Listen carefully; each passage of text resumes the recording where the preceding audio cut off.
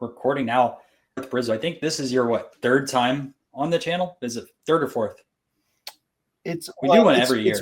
It's my third time on the channel. In the interview, but fourth time on the channel. Fourth time on the channel, but third time with this type of format. Yeah, we had the infamous rookie card discussion was the fourth one, or the third one, I guess. This is the fourth.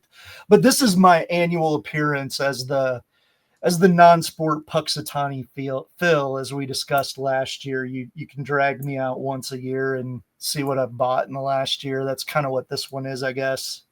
Yeah, it's always fun because you pick up some incredible stuff. Thank you. I enjoy talking about. I enjoy talking about stuff and sharing it, and I appreciate you letting me do that on your platform. It is fun, and that's the purpose of this, really, just to use some cards I've gotten since the last time I was on as sort of a jumping off point for some general discussion about non-sport cards. And I'll probably show a little bit this time beyond the scope of what I've shown before. It's still going to be music heavy, which I think most people who have watched me on here would expect, but I'm going to show some other aspects of what I collect as well. All non-sport. I'm not going to delve into the narrow sliver of sports cards I still sometimes pursue, but just try to show a range of cards. And if I would just mention a couple things before we dive in, a few housekeeping matters. One, because we might have to go through some of these cards quickly in the time we have. If you see anything that you want to ask questions about or discuss further, I've got these cards in a folder on my Flickr page, and you can look at them up there, and I'll leave that folder there for a while in case anybody wants to go consult it and look at anything in more detail. And if you have any questions about any of these cards or anything related to them, feel free to contact me through IG or email me at darthbrizzo.com. The two other things I'll mention quickly: at some point, my wife and daughter are going to come home and some dogs are going to go crazy. So I apologize in advance for that noise. And the other thing is, as I was telling Ryan, I won't go into TMI, but I have a little bit of a nerve issue in my right leg. And so if I fidget around or stand up and sit down or stretch weirdly or grimace while I'm talking, that's why. I'm just trying to attend to that as we keep talking about cards. So sorry to be an old man, but I have to acknowledge that. All good there. And yeah, my dog's going to bark as soon as my girlfriend gets home. So it'll be on both sides. But what I wanted to talk about first is Hake's auction, as well as pop reports, stuff like that. We talked briefly a little bit before this. So I'm going to share my screen right now. I actually got alerted to this today, and the Vintage Non-Sports Facebook group got tagged on it because there was some crazy high prices on some novelty Superman cards. So I'm going to just share my screen over here and show you guys some of these prices. And look, I am by far not the biggest Superman expert. That's outside my realm of what I collect. I know about this set. I know it's a rare Superman set. This one over here, Mountain Tragedy, it says it's the only one currently graded at a third-party grader.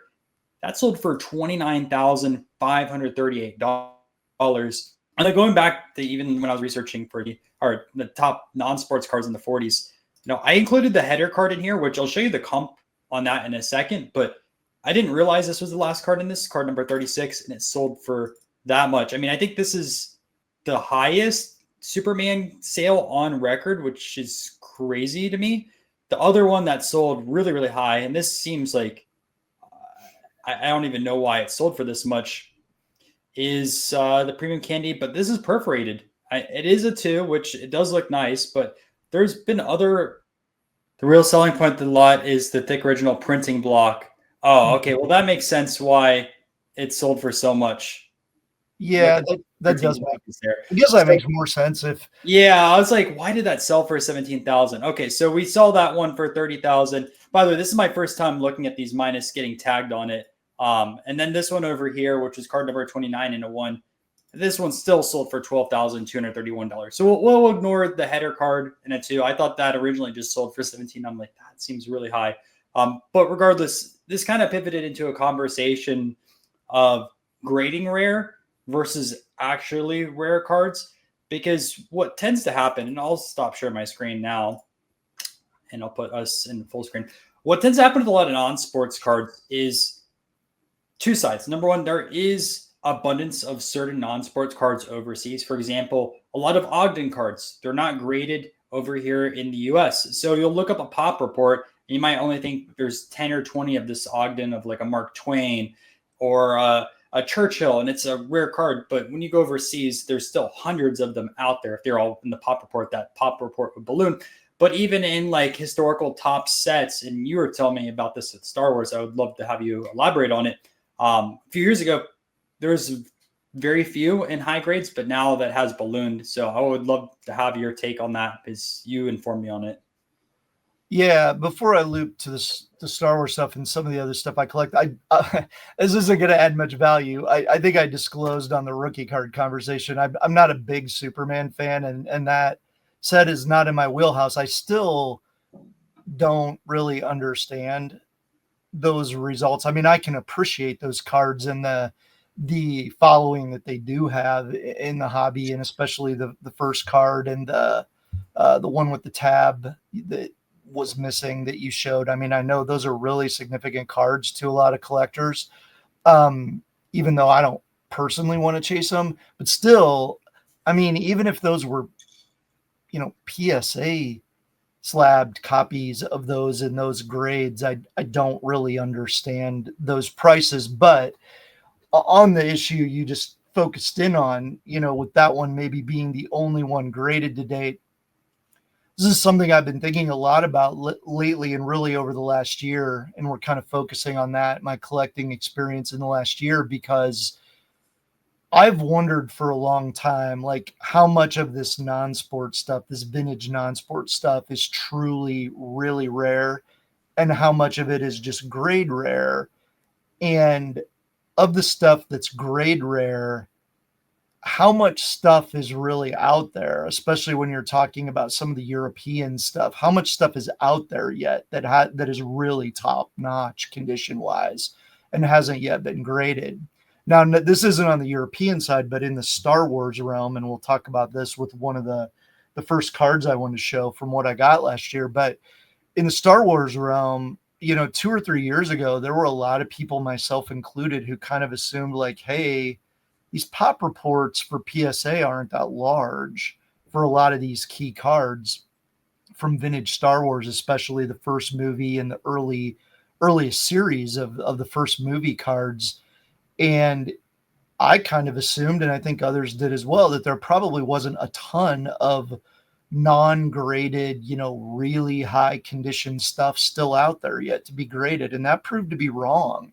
And the pop reports for a lot of those vintage Star Wars sets, even the oldest stuff, has really exploded kind of as a general matter in the last couple of years. And a lot of the values of stuff that isn't a 10 has tanked. And it's all relative, right, to grade. Like the 10 stuff still holds up pretty well, especially for the first film and certain key cards. If you had a PSA 10 today of a Luke #1 get auctioned off, it's probably still $100,000 card. But a lot of the other stuff, like especially in 9s and below, and especially when you get to 8s and 7s and below, the prices on a lot of that stuff has gone down a lot in the last couple years because of grade pop report explosion. And another thing that I love that you'll see in some of the cards that I show off are like the Dutch gum and the Swedish gum cards from like the 50s through the 80s or so. And I'm starting to see a lot more high grade examples of some of that 70s, even late 60s stuff show up and newer show up. I mean, I always knew that a lot of those cards were pretty heavily printed, but it seemed like it was still very, very difficult to find a lot of them in tippy top notch condition. Now, all of a sudden, there's high grade raw examples showing up all over eBay. There's still sealed packs of some of the stuff, especially in the 70s, sometimes even earlier, showing up on eBay. It seems like a number of American non-sport dealers have pretty good supplies of really, really high grade and or unopened versions of some of those products now, and you're starting to see eights and nines and sometimes even tens of cards, even from like the mid 70s, pop up in the pop reports. And so it really makes me wonder all over again. I know that there are certain non-sport cards that are truly just ghostly scarce, but there's a lot of other stuff that was pretty heavily printed, and I just wonder, is the reason there's not more of it in high grade today, or there hasn't been to date, because there really hasn't been a market that justified people going to the trouble and expense to grade that stuff, and now some of this stuff is starting to garner some eye-catching numbers, and more people in Europe now are digging through their closets and their attics and selling this stuff to American dealers who are grading it, or maybe even the Europeans themselves are now grading more than has traditionally been the case. And so, that's something that I'm watching very closely, because with a lot of these cards, you go to a pop report and it's like, oh, wow, this is an 8. There's only 2 of those, and that's the highest grade. I should probably pay a premium for this.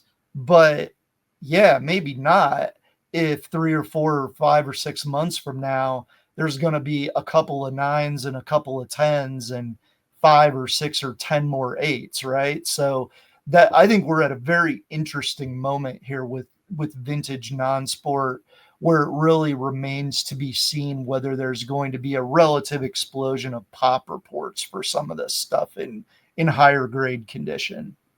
I will say I hope it does bring out some more of the ghost cards, the stuff that we just have not seen over the last 5 years. Because there's still quite a few cards in the music scene that I've been searching for, and just none have hit the market. And, I'm all for that, as long as I don't um, currently own it, right? yeah, Like, as long as I haven't already paid an enormous like premium because of the grade scarcity. Yeah, the stuff I still want, sure, I'll agree you with know, you. But you know what I will say? I still have, and this isn't a card I'm chasing, but I still haven't found another one of those cross gum of Prince. You remember the one that you picked up from Purple Rain? That oh you yeah, paid. the crass There's thing. still there Yeah. still hasn't been another there still hasn't been another one that's surfaced on eBay, because I have that as a safe search, which goes to tell you that is a truly scarce release. Yeah, the crass stuff, and we've talked about that card a couple years ago, and I think collectively, you've helped me piece some of this together too. I think they did at least like one set right in the 60s, 70s, and 80s, maybe Yeah, there later. was 4 releases if I remember correctly. I was talking to a guy on Discord. I actually sourced full album from the 68 or 69 set, but But they're impossible to find. but the added wrinkle, and this is one of the things that I think is so cool about vintage non-sport, and especially the stuff from all over the world, the extent to which it maybe directly reflects history, but also tangentially brings history into its story. The other thing people got to keep in mind about the Kraz stuff is that, my understanding is that factory, that confectionery factory, is located in what is modern day Croatia. But during the early 90s, you had the Yugoslavian Civil War. And so it's very possible that even if a lot of that stuff was still in the former Yugoslavia at the time, people's homes got destroyed, their businesses got destroyed, they became refugees. Like, a lot of that stuff may not have survived. So I've always assumed that stuff, especially from that area of the world, may be truly crazy rare. I don't know if it was that ghostly printed in the first place, but just because of those historical political circumstances. And I think there's a lot of parallels between some of the Eastern European non-sports cards, and then if you collect baseball cards, stuff out of Cuba and Venezuela. I know Right. right now that there's a lot of non-sports collectors that are America first on card collecting. Like, they want to just have stuff that's produced in America. They don't care if it's out of Australia. They don't care if it's out of Asia or Japan or anywhere else. Like, they want to have American produced cards. But I think that will change over time. There's the same philosophy that happened with baseball cards. For the longest amount of time, the American dealers only wanted American cards. OPG cards, no one cared about. Venezuelan cards, no one cared about. But within the last 10 or 20 years, that whole mindset, and maybe a little bit longer than that, the whole mindset of the collector chasing scarcity outside the US realm has changed quite a bit. When you see some of these Negro League player cards out of South America, they fetch a fortune. You look at any type of like a Mickey Mantle or Koufax or any of the other larger names or rookie cards out of the Venezuela eras, they fetch a fortune now. It hasn't fully caught on yet for O-Pee-Chee cards. I think that will come one day on the baseball side of things. But I think people are slowly opening up to other world issues where on the non-sports side of things, I just don't think that philosophy has fully developed as of yet as well. Well, and I would say it almost has to even more on the non-sport side, right? Like if you really want to do non-sport, the fundamental difference between sports and non-sports is if you don't want to collect a Venezuelan Mickey Mantle, you can find a ton of American Mickey Mantles. If you want to collect a lot of like famous bands and actors and actresses and historical figures, you don't have any choices in America unless you want to collect stuff made, you know, within the last 20 years for people that have been dead for 50 years. Like that doesn't appeal to me. But if you want stuff from those people's lifetimes and their careers, you got to collect stuff from other countries. Yep. And just like your doors, they have no American cards during their time. Well, I guess they don't. The ones that I was thinking of are actually still from the UK, but those are from like 1991. You know, and I don't want something made 20 years after Morrison was dead. So that doesn't appeal to me. So to each their own. I know it's easier. It's much easier. And then you can play the rookie game, as we've discussed ad nauseum, if you're just focusing on North America, blah, blah, blah, whatever. That's boring to me. Like I'm not going to ever collect that way. And if nobody throughout the whole market really is ever interested in this stuff, so be it. You know, I'll take all of it I can find. Yeah, it's fun that way. So little intro out of the way. I want to start taking a look at some cards, and we'll talk about some of the stories behind those cards as well. Yeah, and I want to say that I've tried to order these in a certain way that probably only makes sense to me, and I'll probably do a bad job of conveying why I did it. But the first 4 cards I chose because if my collecting from the last year or 13 months or whatever since my last appearance has a theme, like one potential theme is hypocrisy. A more benign way to look at it is maybe evolution. But I found myself in the last year, for a variety of reasons, starting to collect some things that I had previously said I hated and had no interest in. So that's what I mean by hypocrisy and or evolution. So the first 4 cards are in different ways that I'll try to describe things that I previously kind of said I wasn't interested in that I found a way to get interested in. Yeah, let's take a look at them. Do you want me to do the Flickr album? Or yeah.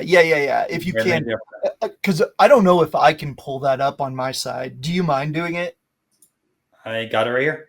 Yeah. So if you just click on the first card and we go like one at a time, maybe that's the easiest way to do it. Yep. Which one do you want me to click on the Luke Skywalker first? Yeah. And see, I was going to ask you about this also. When you were talking about the Star Wars cards, I was going to say, how is the O-Pee-Chee market been hit? Well, I still don't think that O-Pee-Chee versions of these cards fetch as much generally, even this one, as the Topps equivalents. But I did actually, with this particular card, I do have a little comparative pop report data I was going to share, because that really factors in to why I ended up, well, it's part of the reason why I ended up buying this one. So when I was on your show like 13 months ago, I shared some opinions of some non-sport collectors and commentators that, you know, this is like the greatest non-sports card of all time, the most iconic, blah, blah, blah, which I don't agree with. But I admit it's very iconic. Like maybe it's top 10 or 20 or something, depending on the eye of the beholder. Certainly an iconic, important card. I do still to this day believe that by some people it's a little bit overrated. But as I think I disclosed the last time I was on your show, I did start feeling like maybe I should get one. You know, I've got a lot of Star Wars stuff. this was my childhood. Star Wars, the original trilogy, was my childhood. I was 6 when this came out. Maybe I should get one of these, because is my Star Wars collection really legitimate without one? I don't often let my collecting choices be dictated by sort of like popular opinion, but there are certain circumstances like this where so many people view a card as like so essential that sometimes I cave. And so I decided I'm going to buy one of these. I was originally thinking about buying a Topps version in maybe like a PSA 8. And I was looking at those and was having a hard time finding like a really beautifully centered copy in a price range I wanted, blah, blah, blah. So I happened upon this O-Pee-Chee one and started looking into the Pop Report data. And it's, at least on the O-Pee-Chee side, I think it's largely unchanged from when I bought this. I bought this a couple weeks after I was last on your show. So it's been over a year. But let me just, I won't belabor this. I have like 5 comparative stats here, but this kind of illustrates a profound difference in the availability of these on the Topps side versus the O-Pee-Chee side. Recognizing that the Topps version is probably always going to be more readily sought after, because it's what most people think of. But overall, and I checked, this was as of yesterday or maybe this morning, there are 4,228 versions of that card graded, the Topps version graded by PSA in all grades. 4,200. There are 100. That's more than I thought. That's way more than I thought. Well, and I think it's like more than doubled in the last couple of years, which is, it's the ultimate example of this Pop Report explosion. And the prices on those Topps versions, other than like the 10s, have definitely come down. There are 129 total versions of that graded O-Pee-Chee by PSA compared to 4,200 for the Topps version. Here's the grade breakdowns of the highest grades. For PSA 10s, there are 9 Topps versions, 2 O-Pee-Chee versions. For PSA 9, there's 89 Topps, 3 O-Pee-Chee. For PSA 8.5, there's 17 Topps. You're looking at the O-Pee-Chee population. And for 8s, there's 361 Topps and 8 O-Pee-Chees. So yeah, that's pretty stark. Now, I do think there are a number of things that are impacting that. One, I do believe that O-Pee-Chee had to have been printed way less than Topps, right? By virtue of just population differences. It probably wasn't quite that stark, but these O-Pee-Chee cards are like notoriously off center. A lot of them are dog-eared. So I think a lot less of them are probably being graded, and there is an initial printing difference as well. So I think both of those things are factoring in. But to me, I think this is a beautiful example. I look at it, I'm not sure why it didn't get a 9 or a 10. The guy who sold it to me certainly agreed, but I got a great price relative to what a 9 or certainly a 10 would have been by it being an 8.5. I love that it's more scarce. The other thing about this copy, and I did want to share this real quick because I think it's a cool story. I have no idea whether it's true, but I bought this from a long time, and I think pretty big and successful dealer in Canada, primarily a hockey dealer, but he does some non-sport as well. And this is the story he told me about this card. He said that years ago, he bought a bunch of O-Pee-Chee complete sets from a guy that used to be the president of O-Pee-Chee. And the story is that these sets were like pulled off of the production, line, or pulled at the production facility for him and hand collated by employees involved in the production. This guy, in what he purchased from allegedly the president of O-Pee-Chee, there were 3 complete sets of the first series of Star Wars, and this is card number 1. He said this was the best of the 3 Lukes, so he decided to grade it first.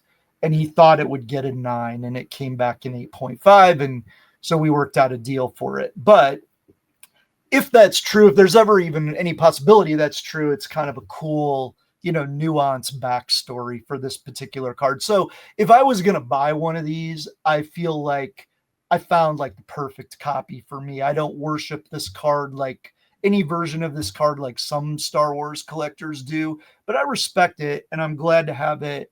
And I'm really happy to have that particular example for those reasons. What I also find interesting about this card, there's like 7 versions of this card, 6 or 7. So yeah, from various countries. There's Australia, there's New yeah, the Zealand, there's Scanlons, UK, there's Mexico, there's Argentina. I think there's like an maybe Italian and French version as well. which is crazy. I think in general for Topps cards, I think that's probably the most popular across the world if you think about all the different versions. I can't think of any other Topps card that has like 6 or 7 different variants. I mean, when you think of like the Nolan Ryan rookie, there's 4 different copies of that out there.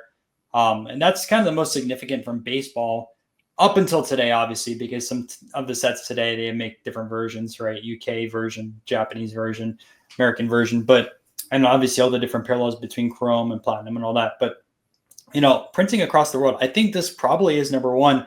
I know Atom Bomb has a bunch of different variants also from 85. There's like a French one, there's an Australian one, UK as well, mini, which is 86. But I'm thinking though, this has to be the card with the most different variants out there across the world. Well, one thing, and I know we got to move on to get through some of the other cards, but there are a couple more things I want to say about it. And one is context for this Star Wars set, because I lived this as a kid.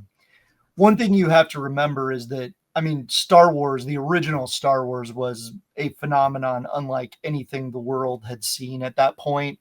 And the Kenner toys were not ready to go in 77. They did not come out until the spring of 78, the first ones. And so for 9 months or so, these trading cards were the primary Star Wars collectibles available in the United States and probably elsewhere around the world. You talk about the number of versions of that. Just look at the number of series that set spawned in the United States itself. There are 5 different series of original Star Wars cards made by Topps. Some of those are collapsed in the foreign issues, but that's pretty extraordinary. I can't think of another set that had 5 different series of cards produced within effectively 1 year period or less, because it was just so damn popular. So this set, I mean, it does have a lot of nostalgic connection for me because Star Wars was my childhood. So I am happy to have that. I will say the other thing I want to note, and we'll see this as I get into a few of the other Star Wars cards I want to highlight. The other thing buying that card did to my collection this year is it was enough money that I felt like I needed to sell off some other stuff to kind of help pay for it, pay myself back for it. And so I really, really reevaluated my entire Star Wars collection. I've ended up selling off probably 80% of my graded Topps vintage cards. And I've decided in kind of a multi-tiered process flowing from all this, I've kind of decided that what I really enjoy are the original trilogy cards, but more the stuff from around the world outside of the United States. I've kind of gotten bored with the top set or sets. And I still have some key cards from those that mean something to me, but I just decided I don't need like 100 or 200 cards from the graded cards from these sets. I'm going to winnow that down to like 10 or 20% over time. I'm going to get rid of all of my stuff produced after about 2000. Just focus on the original trilogy era up to right before when the prequels started coming out. And I'm going to largely focus going forward on stuff from countries other than the United States. So buying that card has ended up secondarily triggering all these further changes in my Star Wars collection. Okay. And then is this the next one you want me to share? Yeah. So we'll clip through these a little bit faster and get into some of the focuses on different areas of my collection. The reason I threw this one in, you'll see a number of Jackson 5 and early Michael Jackson cards featured here. And one of the reasons I wanted to throw that in is I know the last time I was on your show, I said, "Oh, I like collecting Michael Jackson from like the Thriller era. I don't care about Child Michael because I knew Thriller Michael. Well, you collect long enough, you start running out of stuff to collect, and you start looking for more stuff, and that's kind of what happened here. I ended up being able to acquire a very significant Jackson 5 card, which I'll show in a bit. And that then precipitated me sort of reevaluating my prior aversion to the early Michael Jackson 5 stuff. So I've started collecting that stuff, including the 72 Panini Cantanti here, which in a PSA 9, there aren't a ton of those to date. The other thing I'll note is, and this is another theme that emerges, I've really gotten even more and more into the Panini music sets, especially 68 and 72 in the last year or so. I've had more success finding 68 stuff that I really wanted and needed. Some of the 72 stuff that I most want has been a little elusive in the grades that I would like to find. So some of those are still on the want list, but I've really gotten more and more and more into music cards this last year and started focusing more and more. And those, I don't love the 69 Panini set as much, the design and some of the pictures, but I really love the 68s and the 72s. And so I've focused a lot on those. Yeah, for some reason there's not as many high grade 72s than the 68s. I've noticed that. Centering is really hard on them, and the backs are often pretty wonky. Okay, so, and I've previously professed that I hate playing card motif cards, and I still kind of do, but I have started to make some exceptions and buy certain ones. And this is an example. I still need to pick up the Lane Staley, from that set, or the one after it. Is it the year after? I can never keep it. 93. So Kurt's This in is both 92, then there's a 93 set. Yeah, right? so Kurt's in both 92 and 93. Lane is in 93, and Vedder's in 93.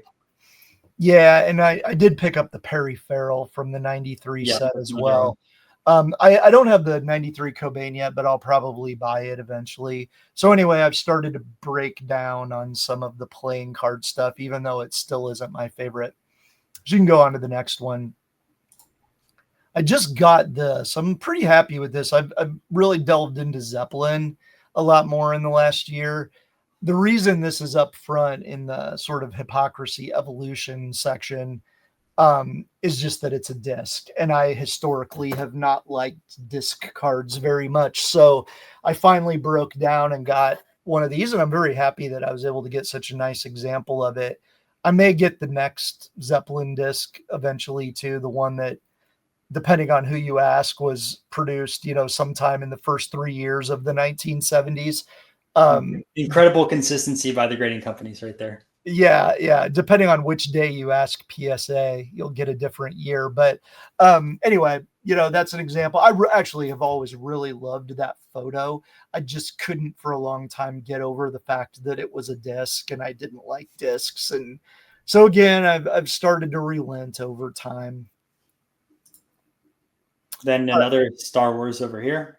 Yeah, so this is the exception to not adding more Topps 1977 cards. I did add this one recently, but for the specific reason that it's a 10. It's actually the only 77 Star Wars Topps card I have in a 10. I've always really liked this card because it sort of makes me think of the famous Disney Mickey card from 1931, the Wills. In that, I think Walt Disney is the most important single figure in the history of global pop culture. That card features him, with his signature creation. Kind of the same thing here. Like, Lucas is not close to Disney in terms of his overall accomplishments and impact, but I think if there's a number 2 on that list among people alive today, he's probably it, or I would argue he is, in terms of his impact on culture and movie making and so many different things. And so this card is one of the 2 best, in my opinion, Lucas cards in the 77 set. He's with his most notable creation, or I think you could argue that, which is also sort of his alter ego. And so I do think longer term, this is going to be a pretty significant card, or at least it will be to me. But I think others will appreciate it more when Lucas and Hamill are gone. And so I got a chance to grab a 10 of that. I've had a couple nines for a long time, but I always kind of thought like if I was going to pay up a little bit to get a 10 of a 77 card, like that was one that was really, really high on my list. So I How was many happy to get that. how many tens are there of this card? I think 15 last I Not, looked. not a ton. No. And a lot of them are old labels. So now we're going to go through a series of Star Wars cards. We can do it kind of quick here, but these are all like foreign to the US cards that I've added. When I was a kid collecting Star Wars toys, and then really even more as an adult, still collecting Star Wars toys for a time like 25 years ago, I really always loved stuff from Japan. And that has translated into cards as well. I really like a lot of vintage Japanese Star Wars cards. The reason this card and the one after it that you can flip to, the reason they really appeal to me is when I was a kid and Star Wars first came out, like this will sound probably weird to people unless you've seen this on eBay, but a really big thing was like going to the mall and they would have these like kind of pop-up stores or kiosks where you could get t-shirts made with iron-on decals. And that was a big thing for kids and even like teenagers and young adults to do. And when Star Wars came out, they just had so many of these iron-on decals that you could get for Star Wars. And those cards are indicative of kind of like the type of art and graphic design that were used on a lot of those decals. So even though this was a Japanese card and I couldn't have collected this as a kid, it still reminds me of something that, you know, of nostalgia that I had for something I experienced of Star Wars back in 77, 78. I do think they have pretty cool art on those last two. Yeah. And so then this card, and you can even jump ahead to the next one. They're from the same company. I think Topps made these cards. The label suggests that's true. They're called Yamakatsu. But I believe they were made by Topps for the Japanese market. They have Japanese writing on the back and such, but I believe Topps did make them. And so there's a variety of these kind of full bleed photos that I think are very striking from these Yamakatsu cards. There's also versions of many of these cards that are larger, like postcard size, and have a white border. Many of the same images also from Topps and Yamakatsu. But I really like these standard size cards that have these full bleed photos. It kind of reminds me of Stadium Club for Star Wars, even though these came out like years before Topps invented Stadium Club for baseball. Yeah, but Or Stadium Club was what, 91? one, I think, was the first set, I want to say. So you can move on then. Um, this one, and might as well flip to the next one to move through these. These are examples of another Japanese set called Tokyo Queen, and there's quite a number of different cards in this set that have different kind of colored borders at the bottom and a variety of photos from the movies. I mean, there's probably like 20 or 25 at least, maybe not quite that many, but definitely on the order of like 15 to 20 different cards in this set. They have the cool old logo on them and a lot of pretty striking imagery. These cards are a little different. They're more elongated and rectangular. They're not like a wide vision, but they're kind of more suggestive of that type of card. They're narrower and longer than a typical trading card. And then this is just an example of another vintage set that I love. This is actually Panini. It's a sticker set that Panini made for the Italian market in 77. And it's got a lot of images that the Topps set and the versions of the Topps set around the world do not have. And I really, really like a lot. I have a lot of cards from this set, both graded and ungraded and to be graded. But I really just love the clean white borders and a lot of the imagery. They're pretty challenging. Like an 8, is a good grade for those. But we'll see again if there's going to be a bunch of unopened ones come out of the woodwork. But Cool set, in my opinion. Excuse me. This is a set from Spain called Picosa Dos. These are smaller cards that are more like the Dutch and Swedish gum size cards, maybe a little bit bigger. But there's a pretty extensive set of these. They're hard to grade. Like a 6 is not a bad grade. Again, I've seen some higher grades of these emerging more than used to be the case, but they're nice looking little cards. I mean, especially if you like, as I do, the Dutch and Swedish gum cards. And then this is actually a Dutch/Swedish gum card from 1983, featuring a production like promo image from Return of the Jedi. This set from 83 actually has images from Star Wars Empire Strikes Back and Return of the Jedi. So I have quite a few of those. There are also some Dutch/Swedish gum cards for the original Star Wars that came out in 1977.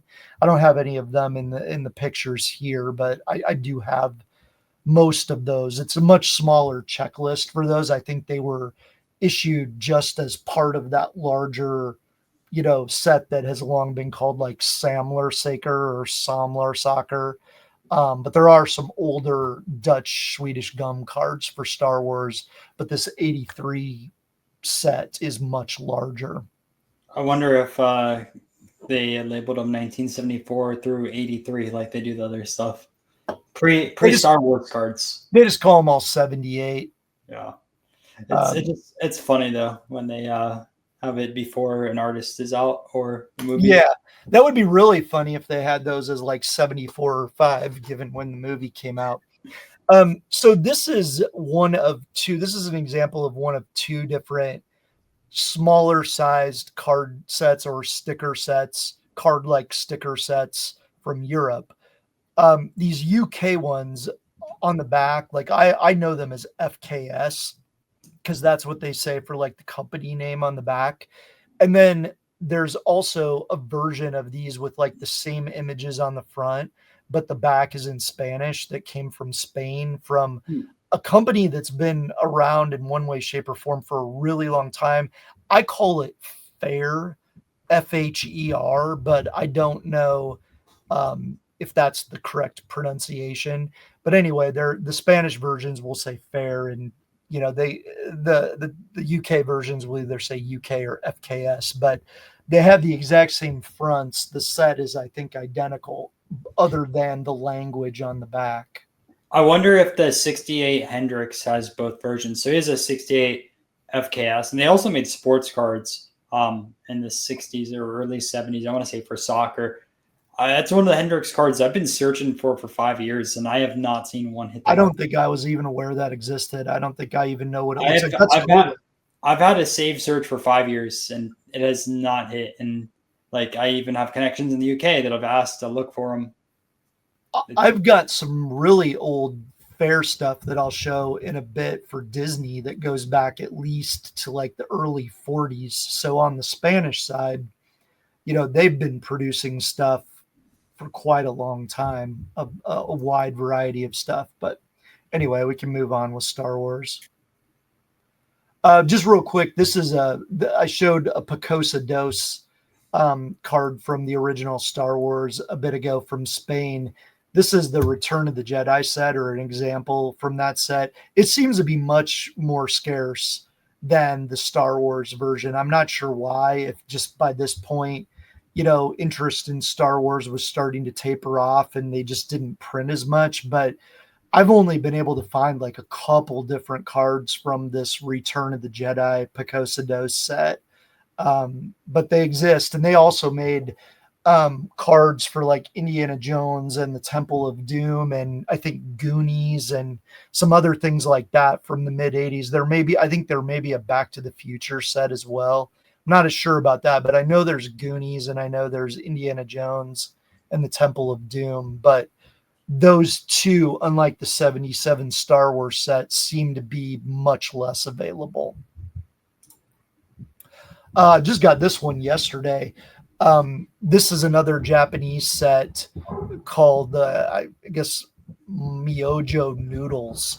all Japanese writing on the back.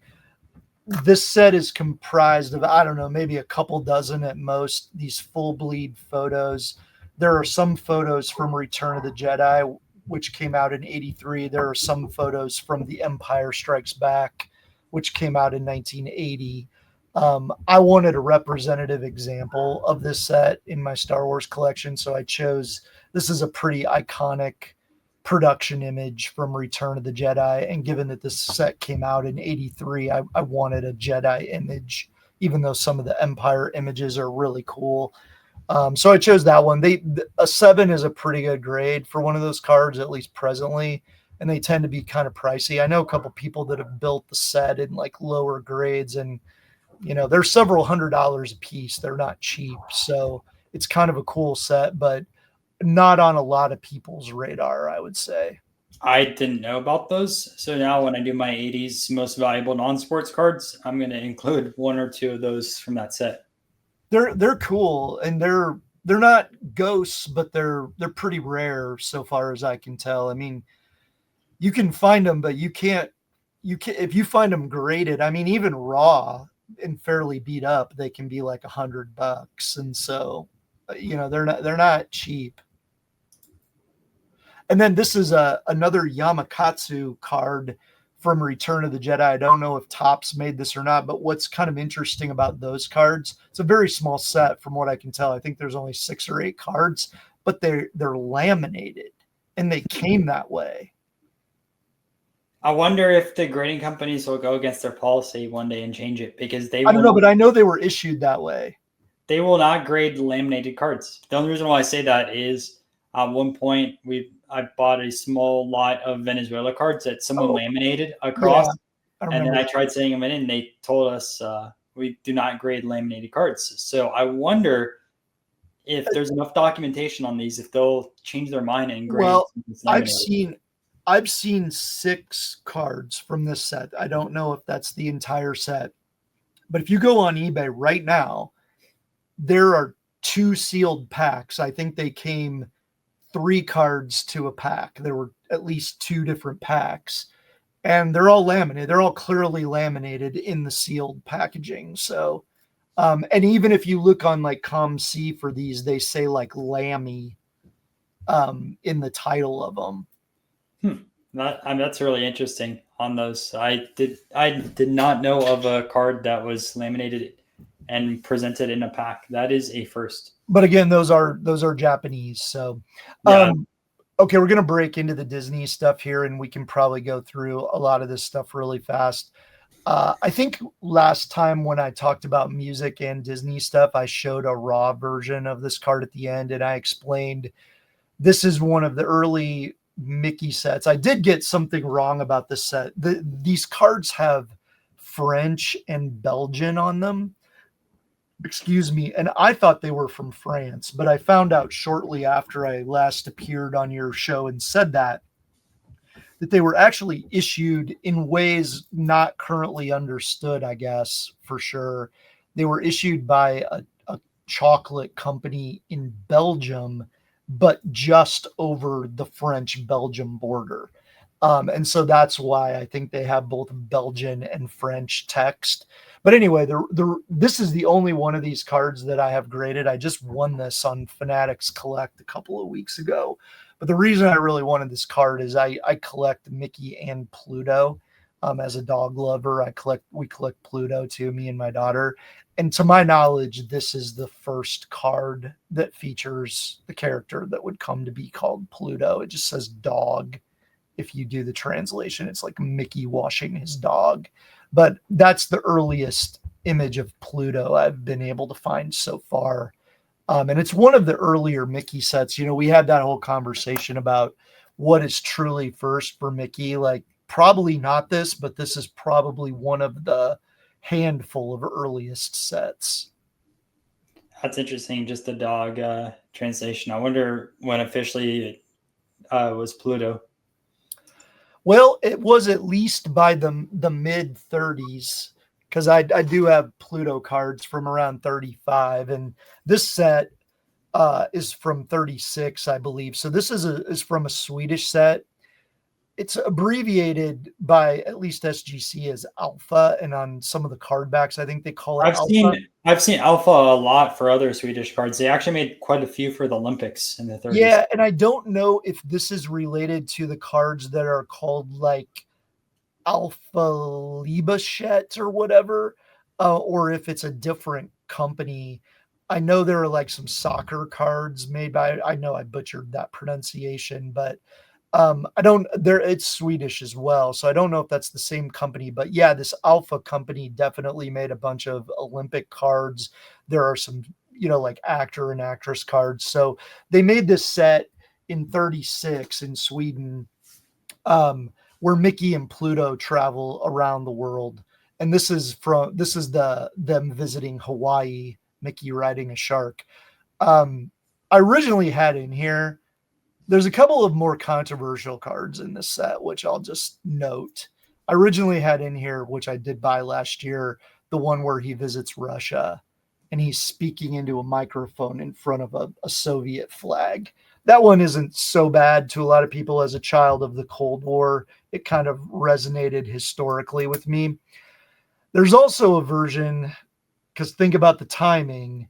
Yeah, There's a version of him visiting Berlin, the Berlin Olympics, and appearing with a certain notorious historical figure who shall not be named. But that card is pretty controversial, for obvious reasons. I've only ever seen it for sale once. I don't own it. So I will say I am shocked that Disney, with all their IP lawyers and stuff like that, aren't trying to buy every single copy of those and just locking them away in a vault.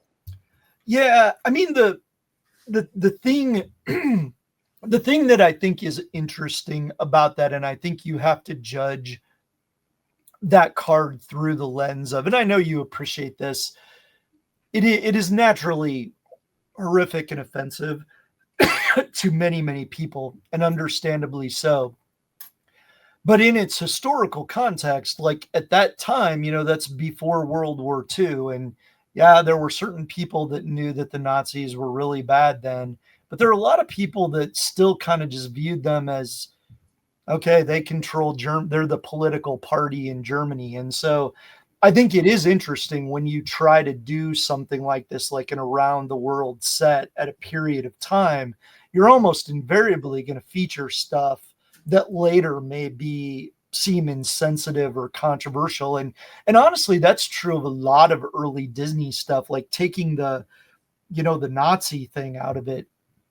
There's a lot of these early Disney cards that have like really sexist humor and have Mickey being abusive to Pluto and playing horribly, disfiguring pranks on Donald. Like, it was a different sensibility and a different time and a different cultural reference point and sense of humor. And so I think those cards are interesting in that way.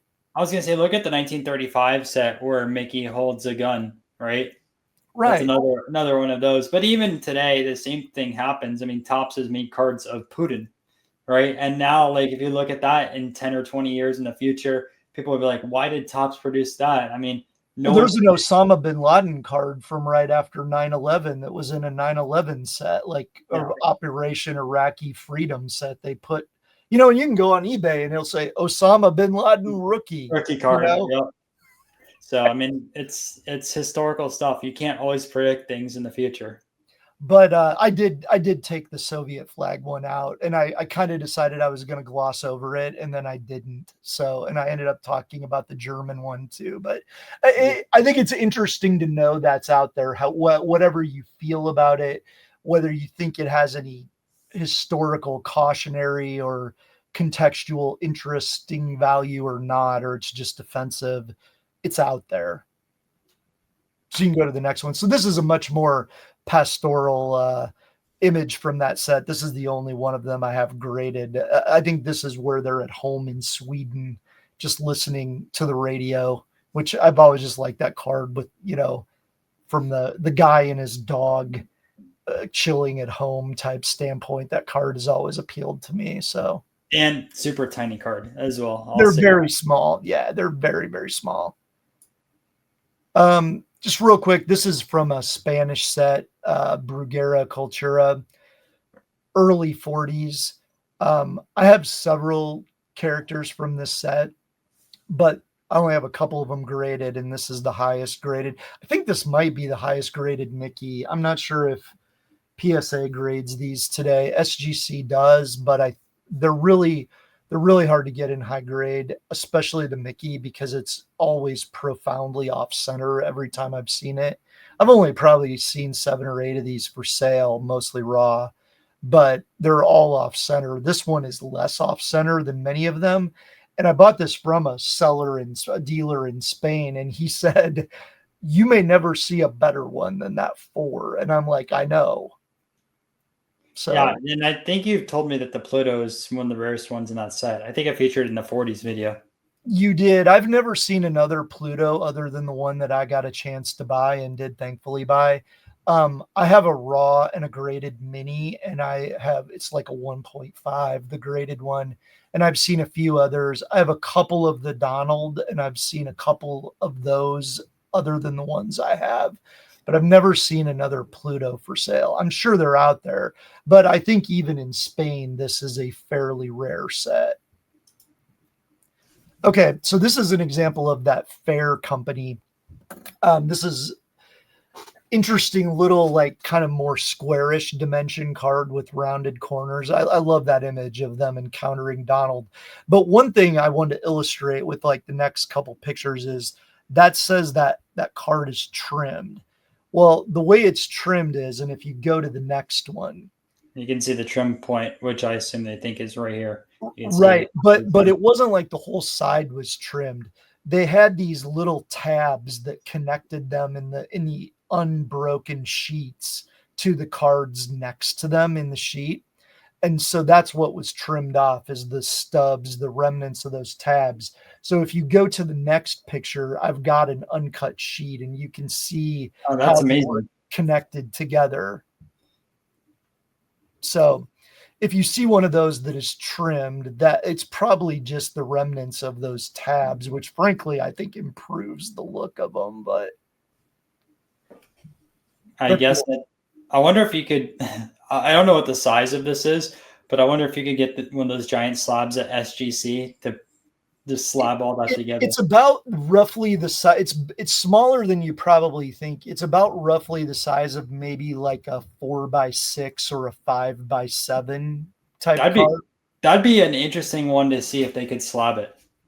Yeah, but this is also an example. Like, look, he's like electrocuting Donald, and they're throwing like bombs at each other. Like, that's early 40s humor right there for Yeah, that children in that Spain.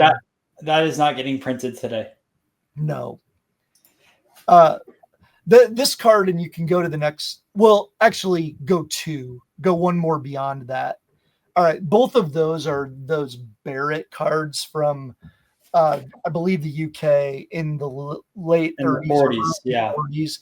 Both the Donald and the Pluto these are the versions that are, I think they're called like die cuts. You can actually punch out the You can images and see it put them on right a little here. stand. What's that? Oh, I was just telling the viewers, you can see it right there, the die cut. Yeah, and if you go back to the Donald, you can see, and you can see it really well on the back. But you can see even the Donald there. I think that little white thing is part of like the stand that it goes on.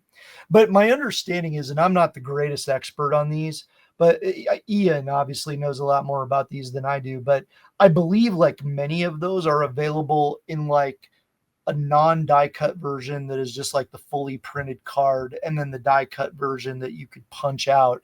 I'm not sure which is rarer. I'm assuming that finding the die cut ones that haven't been punched is probably not that easy, but I'm not sure. That'd be my assumption. But Ian, if you're watching, let us know. We're curious. And then the middle card there is just, I've shown before the Mickey that I have from that Castle Brothers set. That's a PSA 10. I like the Donald. I got that 9 throughout the year, so I just thought I'd throw it in there. I Those wonder are, how many of the Italian ones are going to be mislabeled over time by PSA and SGC. yeah, I don't even know like how many of those are out there. This is just an early Snow White sticker / card from probably Belgium. I can't remember exactly, from 39. This isn't the earliest Snow White stuff, but it's pretty early. And I've always liked that image. I recently found that graded one. I had a raw of it, but I got that for under $100, I think. I mean, it was like $70 or something. So I thought it was kind of cool for that. All right. So this is the first of the cards that are in here because I've had them for a while, but I got them graded in the last year. So I did throw some of those in.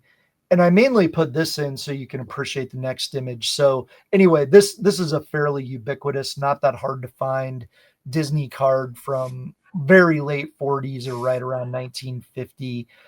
I can't remember exactly which European country it comes from. I think it's Belgium, but it could be the Netherlands.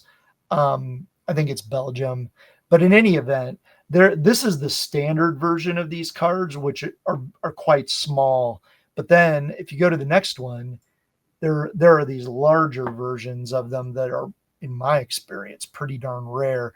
I believe you alerted me I to did. I saw the song that is up for auction, so thank you for that. I did win it from Fanatics. collect.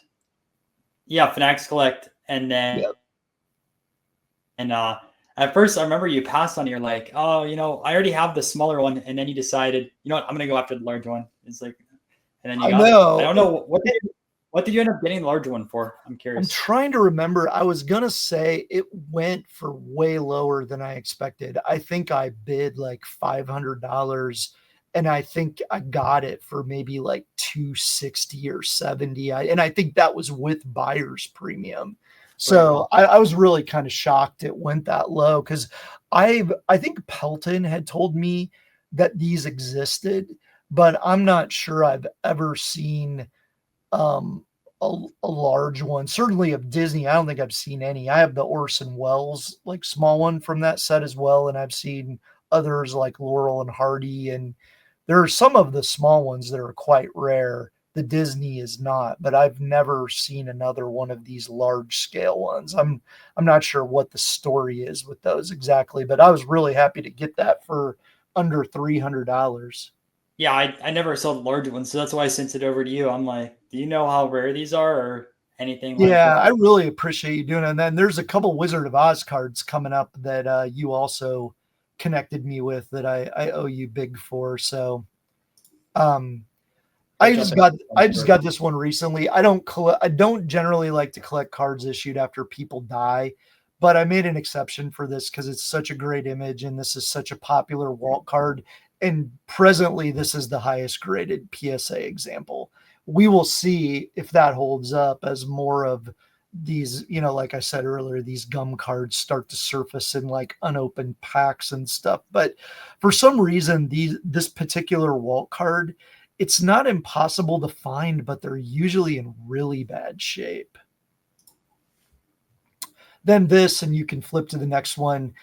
Just a couple cards I picked up of the autographed by the lady who did the voice of Snow White, um, Adriana Casalati. Um, One sort of interesting note about her, I don't think she had much of a career beyond the late 30s.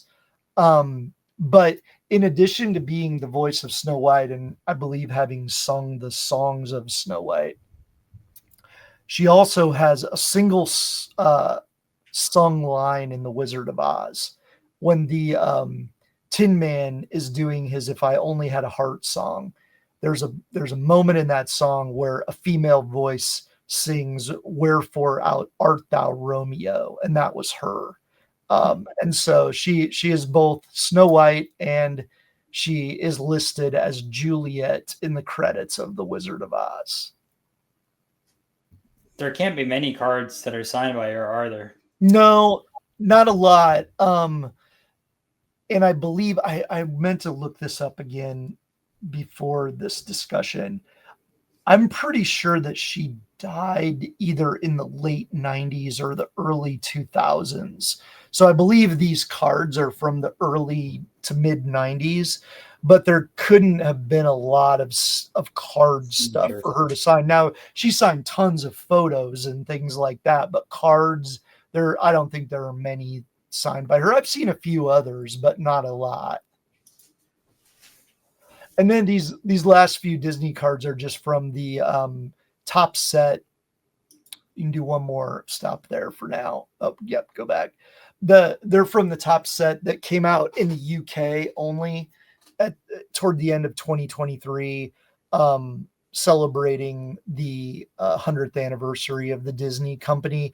Subsequently, Topps acquired the license to do Disney cards in America as well, but they didn't have it in 2023.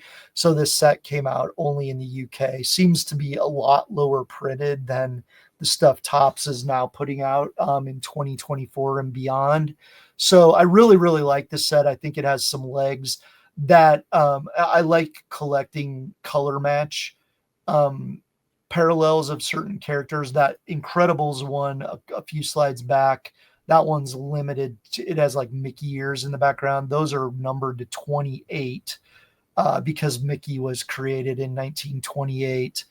And then the Buzz Lightyear one, I think the greens are to 99. That isn't that exceptional. It's just a cool color match. I bought my daughter the green Tinkerbell as well. But then this Elsa card, Elsa tends to be the second most valuable card in the set after Mickey. And that particular blue wave parallel is numbered to 23 to commemorate that the Disney company was created in 1923 and turned 100 in 2023. So that's a pretty, like, that's probably a low four figures card as a 9. It's which might surprise a lot of people, but that's a fairly significant card. Geez, I didn't even realize some of those were that expensive. What I will say is Disney has so much power in making this into more collectible, especially like I remember as a kid, the pin trading was everywhere throughout their parks. They had conventions on that. Yeah. Imagine if they put some of that marketing towards the cardboard side of things, a Disney card show at a Disney park. Well, and I don't know how much. I mean, there still seems to be a good amount of money chasing the vintage Disney stuff, and there's a lot of it. But there's, as you see with Star Wars and Marvel, there seems to be a lot of new money right now pouring into this modern stuff, and we'll see if that has the inevitable spillover to more people chasing vintage stuff or not that you usually see in sports cards. But I do think some of this new Disney stuff, Marvel stuff, maybe even some of the newer Star Wars stuff has some potential long-term legs as long as you're not buying stuff that's just printed to the moon. And me personally, I would rather keep going after this 2023 set that was more limited to the UK population than go after the stuff that Topps is now churning out for the American market, because they're just going to overprint it like they do everything else. That makes a lot of sense. But the Mickey Superfractor from that set sold for like 400,000 or something like that. Right. And even the Mickey, like the equivalent Mickey parallel to that is like several $1,000s. Yeah, the guy that has the Mickey bought like all the big character Superfractors. And yeah, probably and one guy kept rejecting apparently the Superfractor offer, didn't want to accept it. So the guy has kind of just, I guess, a few money and just put in the 400,000 because he wanted to complete it, and then that's it. I mean, I don't know if that feels like maybe an overpay, but I don't know. You know, if Topps keeps producing this Disney stuff for a long time and people always look back at that set as like, you know, the cornerstone first, you know, modern Disney set of the Fanatics era, in the way that people, you know, maybe look at like the first years of some of the Panini products, like that could be a good buy. Well, this is my thought on it. I do think it was a general overpay. And it goes back into the 31 wheels. Now, is it the toughest Mickey Mouse card or Walt Disney card? Absolutely not. But the 9s right now, I believe there's 4 9s as of recording, or last time I checked the pop report. The 9s sell anywhere from 25,000 to about 40,000. That's considered probably the most iconic vintage, you know, Disney and Mickey Mouse card. Well, you can pick up, let's say all of them are 25,000, right? You pick up all 4 for 100,000. Even if they're at 50,000 a piece, you pick up all 4. That's still half of that 400,000 price point. and you're talking about the most iconic of all time. So You know I what's think funny? it's I got a note too. The last time I was on your show and I was showing off my 7.5 of that card and we were talking about it, excuse me, we were sort of debating whether a 9, if it went to auction, would hit 15,000. And so hilarious. that's kind of funny, the numbers you rattled off there. When a couple of them actually went to auction, they went really, Yeah. really much higher. And I know one of the people that put it to auction at Heritage too, which is the funny part too. He was telling me about it at the National. So That's a pretty good find. Speaking of good finds, one of my two like great sort of luck finds of the year. I actually had this card before. I think I got it in 2023. I had a 7.5 of this. Okay. I found a nearly complete set of the second series of Cinema Cavalcade from a seller in the UK. It had all of the important cards, like the few cards that were missing were not important. It had the Hitchcock, it had all the Gone with the Winds, it had both Wizard of Oz. So I bought that lot for $100. So essentially, I paid about $1 a card. So I had about $1 into that card. I paid $22 to have it graded. Came back in 8. I still have my 7.5, but then the mega dealer in Florida, who we know and know of, didn't he sell an 8 of this card for like $10,000 last year? so I heard he originally sold it for 10,000. I reported on it, but then someone said that sale got it was an accidental purchase, and then it resold a little bit cheaper. So it wasn't 10,000, but it still sold in the four figures, pretty high in the four figures. That's good to know. I will say, right before that apparent sale, I know a non-sport dealer who sold an 8, I think at the National, for at least around a couple thousand, which I thought was a little light. So in any event, whether that's a $3,000 card as an 8 or it's a $7,000 card, I don't It's know, but still expensive. I have $23 into it. I will also note that the same dealer, who had that sale, he has another 8 up on eBay for 11,000, and he has a 9 that I think he's asking like 35 or 40,000 for. Now, his prices do tend to be ambitious, but this is, to me, I have a lot of, I don't have all, but I have examples of quite a few of the Wizard of Oz cards that I think most people know to exist. If somebody said I only want to buy one Oz card that will be significant, in 2039 when it turns 100, which card do I buy? I would vote for this one. I Yeah. think that's what the market has voted for as well on that side of things. Although the header card is probably my number two choice. I think by far that'd be number two. This would probably be number one. Yeah, the header card, I mean, and there's been a couple like Crazy. shockingly high grade versions of that surface lately that I don't think could have ever been put on a box. No, I think someone soaked off the any of the residue and then sent it into grade Either soaked it off or it was like from somebody who worked for or Castle Brothers, and factory. it was like old stock that was never actually used or something. Yeah, and this was some of the other Wizard of Yeah, Oz. this was one of this and the next one are examples of the Barrett cards from the early 40s. It says 39, but Ian There's has no way told it's a us 39 card, especially based off right. of the release date in the UK. Yeah, Ian has told us he thinks these were from like 41 or 42, right? But they're beautiful cards. And again, these were ones that I got because you alerted me to somebody that I think had these up in part on Facebook, and then you Was that connected was me with them on Instagram. And Was it Rahul that yeah, had those cards? Yeah, yeah, I was pretty sure he had them. He gets some crazy stuff. yeah, he does have some phenomenal inventory. I always feel I've bought a number of these Oz cards from him. I'm still looking for a few more that I hope he can find eventually. But I always feel bad about bugging him, like, "Hey, can you give me a couple weeks to pay off Definitely bug this him because $400 Oz card when he's got like $100,000 cards for sale?" no, bug him, man, because he enjoys this type of stuff. Like he's a natural collector. What I will say, he's one of those collectors that goes to both nationals. the one in the UK and the one in the US. Because saw him at both shows last year. He's super passionate into the non-sports space. He Actually, seems to be. I want to get him on the channel eventually. I don't know if he's I'd gonna. love to. I mean, I've only corresponded with him over IG. I'd love to hear him discuss this stuff. And he seems to be quite a world traveler. So I'd like to hear about that too. It doesn't surprise me that he goes to the shows on both continents because it seems like he travels outside the United States a lot. But yeah, he has some crazy inventory, and he's a super nice guy. I wish. What is his call sign? It's like it's something It's like with the Mets. I think it's New York Mets PR86. Let me just double check. Yeah, I think that's right. So anybody out there, if you have a chance to buy from him, I highly recommend it. Yeah, He's super to deal with.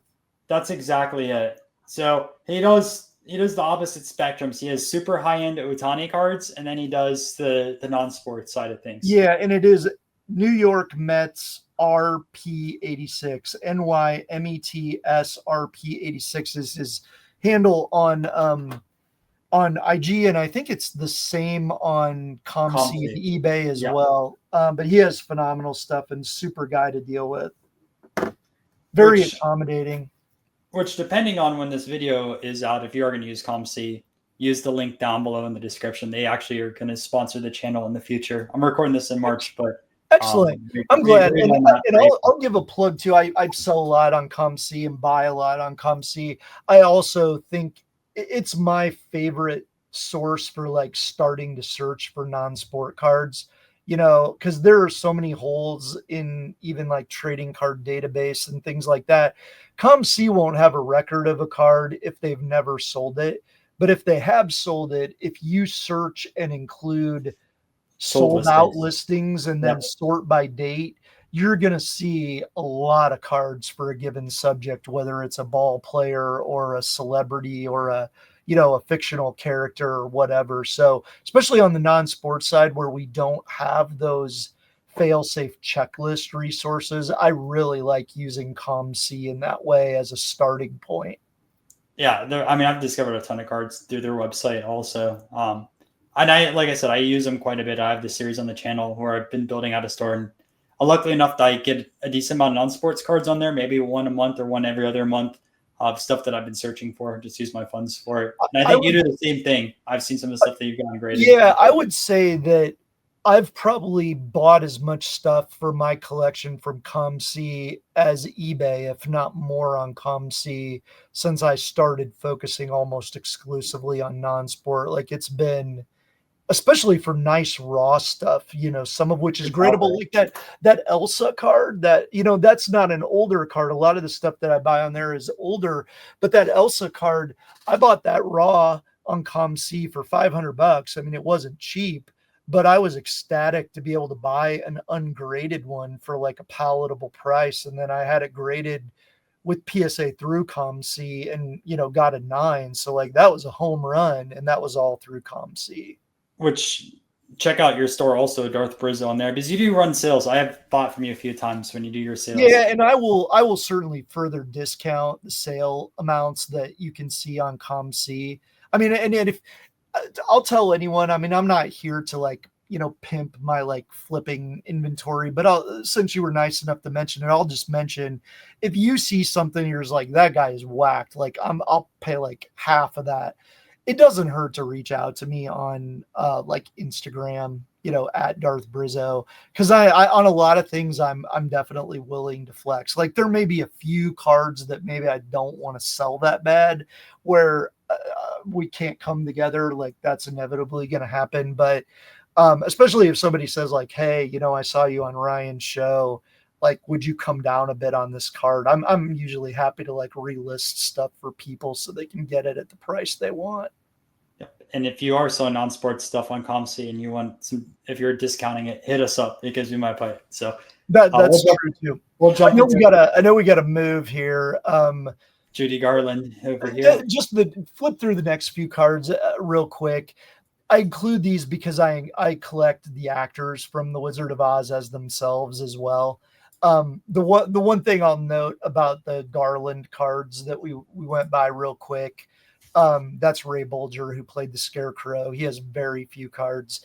But the first Garland card that was graded there is like what the market thinks is her rookie, and then the next couple, that's what the market thinks is her rookie. The next couple are examples of several cards I've found of hers that, pause on this one for 1 second, that I believe are from 38 or also from 39, because that image is associated with a movie that came out in 38. One other thing I'll note about that, and there's a Ray Bolger version of that card a couple further in, those are actually from South America, Really? Brazil, from like the 40s, which I think is very interesting. I haven't really found much South American stuff from that far back. Well, I've seen some stuff. It's pre F1, but racing. There's a lot of that. Oh, I shouldn't say a lot of it, but some valuable cards from South America. I So believe I would believe that with racing and soccer. I had not yeah, seen the soccer too. non-sport stuff from like Brazil in the 40s. So I thought those were really interesting, but we can just fly ahead a little bit. I know we got to get to some music stuff and I was gonna tell you, was it Argentina or Brazil? I saw it the other day on eBay. I actually lost on it, but there was a 1930s. It was like a historical figure set. There was Abraham Lincoln in it, and they were like metal cards, oh um, cool. which I've never seen anything like it before. But it goes back to our discussion on what is a non-sports card. These are metal, but PSA actually slabbed them. It was like a two of a Lincoln, sold for like $300. I mean, But I consider some of that stuff I cards. do I too. mean, I just wanted to say it because it's funny. Like it goes back. Like you think you know all these different non-sports cards, and then you're like, oh, they had metal discs as cards. So that maybe. just kind of proves the point, right? About you just never know what's going to emerge from some nook and cranny in the world. Speaking of, I've been looking forever for something related to Clockwork Orange that dates, somewhat close to when the movie came out in the early 70s. Finally found this. This is from Israel of all places. I think the movie came out in 71. This set I feel like is probably 73 or 74, It's but I was ecstatic to find something that contemporaneous with the movie. so there's actually I don't know if it's the same manufacturer. I'm like 90% sure it is. There's music cards out of there. So I Yeah, have there are music people in that set too. I've seen like Mick Jagger, and actually, I have a, Jackson 5 in here. that's what I was gonna say. I have a Jackson 5, and then I have a Hendrix from that Oh, set. cool, cool. Yeah, I've seen Oh, I thought it was gonna be next. Rolling Stones. We can skip through some of these last like actor cards and stuff. That's like the earliest De Niro thing I've found from Spielberg. 78 from Taxi Driver. Just director stuff I collect. Marilyn, I love this image. If you go to the next, I love that card because it's like the basis of the Warhol painting, which is on this card. Which I Um, think that's a cool one because you have the Andy Warhol, signature right there Yeah, too. and I think that's from Spain in the early 60s, but I don't know for sure. There's nothing on the back. I got that from Pelton. I don't collect much vintage historical figure stuff, but this is an example of one I did buy. I am open to buying certain painter and author cards if they were issued when the subject was alive. So that's just one I had graded on my own. That's another one I had graded. I love that card. I think that Henson with Muppets card is a sleeper. This is crazy that got a 10, because if you know anything about those cards, like they were distributed in like Australian TV guides. So they're usually, they have like surface scuffs and everything. Like I graded a base card that's like a special foil version with that TV symbol in gold foil. I graded a base version of that I thought was nice. It got a 4. I graded another one of those foil versions. When I graded that one, I thought they were pretty close to each other. That one got a 10. The other one got a 5. So who You the take hell? that, take it all day long. Yeah.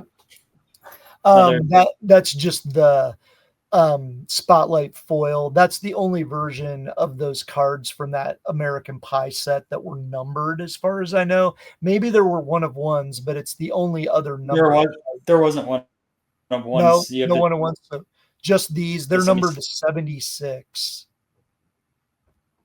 76, right? Yep, yep, Yep. 76. I think that's the highest graded Seinfeld. They don't grade very well. All right, we're breaking into the music stuff, and we'll go through this. Sorry if it's too fast, but You can always go look at the folder on Flickr if you really want to. I bought an 8 of one of these sealed 68 Panini Cantanti packs, and then I found this 9 recently. So I have both right now. I may sell the 8, but I don't buy a lot of sealed packs, but given my growing affinity for the 68 Cantanti set, which you'll see more examples of that coming up, I just thought it would be cool. To me, that's like, it's not the rarest music set. It's not the first music set. To me, it's the most iconic music set, the 68 Panini. And so I think I just felt like that was an important thing to have. I think it's the 52 tops of music, in my opinion. Yeah. Yeah. That's the best analogy. I've always loved this set and have always loved this Elvis card, just the image and the colors. It's from Australia, right? And I believe like it's Atlantic Oil. It's like an oil company in Australia put these out in the late 50s. It's a cool set. There's like a lot of great subjects, not just musicians, but actors. But that Elvis card, and find that in a 9, that's a beautiful card. Even Ian commented on that one. He was like, wow, that's a really nice version of that card. That's how you know you got a great That's card. the ultimate compliment, yes. When Ian compliments you on a card, you know you have something incredible. I know. It's happened to me like twice, I think. This was one. He has seen so much. Such an incredible collector. And I will say, if you guys do enjoy these type of interviews, which I know we're an hour and a half into this one, we've also done one with Ian, I think twice on the channel too. So Ian is just a wealth of knowledge. He is, yeah. He's probably the single most knowledgeable human alive today on a lot of this old non-sport stuff. And he seems like a really nice guy. You know him far better than I do, but he's always super friendly and helpful. So lucky to know Ian. He's every time I talk to him, I learn about new stuff. The only reason I've been able to go to the UK show too is because of Ian. First time he welcomed me over to his house, I got to see a lot of the countryside over there, and one of my favorite trips I've ever taken. Yeah, the thing about Ian, and I forget, and he'll probably hate that I can't remember. I'm sure the guy's name who was the super collector of tobacco cards and ephemera in the UK. But what I want to say about Ian before you expound on that is Ian makes me think like that must be what like Jefferson Burdick was like, right? Like just the amount of stuff he has and the cataloging and the fact that he's like a walking encyclopedia. Like when I think of Ian, I'm like, that must be kind of like what Burdick and those guys of that era were like. Yeah. So 2 things on that. I 100% agree with you on that. But the Edward Warden collection, and I haven't talked too much about it on the channel, and I guess I'll let it slip right now. I'm actually working on helping document that right now with the museum over there. So there's a small group of us. There's like 4 or 5 people, and also Ian's part of that group. So right now I'm working on cleaning up a lot of the data. So essentially what had happened, and again, this is going to be a future video. If you're already watching an hour and a half into it, I know you care about these type of interviews. You are super passionate about non-sports and stuff like that. But essentially there's a lot of documentation that was there. But it was all either like in text format, and it was just not organized. Like no one knew, what part of the collection is out there and stuff like that. So one of my friends helped run my coding channel. Also, Matt was working on an image detection on there, was able to scrape all the different documents and put them into JSON format. What I'm doing right now is cleaning up all of that data into an Excel spreadsheet. So instead of having 500 plus JSON files with hundreds of, it's getting pushed off to the next set of collectors. So there's 3 other collectors that will help start looking at the data once I finish cleaning it up. Well, I'm a little bit behind on cleaning it up, but it's super cool. Congrats on being included in that. That's awesome. And yeah, that guy, he was like a contemporary of Burdick, right? And like, didn't they kind of correspond with each other at times? I believe so. The thing with the Edward Warden collection, and again, I'll talk about another video. And this guy was a world traveler. Like he was kind of an aristocrat, wasn't he? I want to say someone said he was a spy.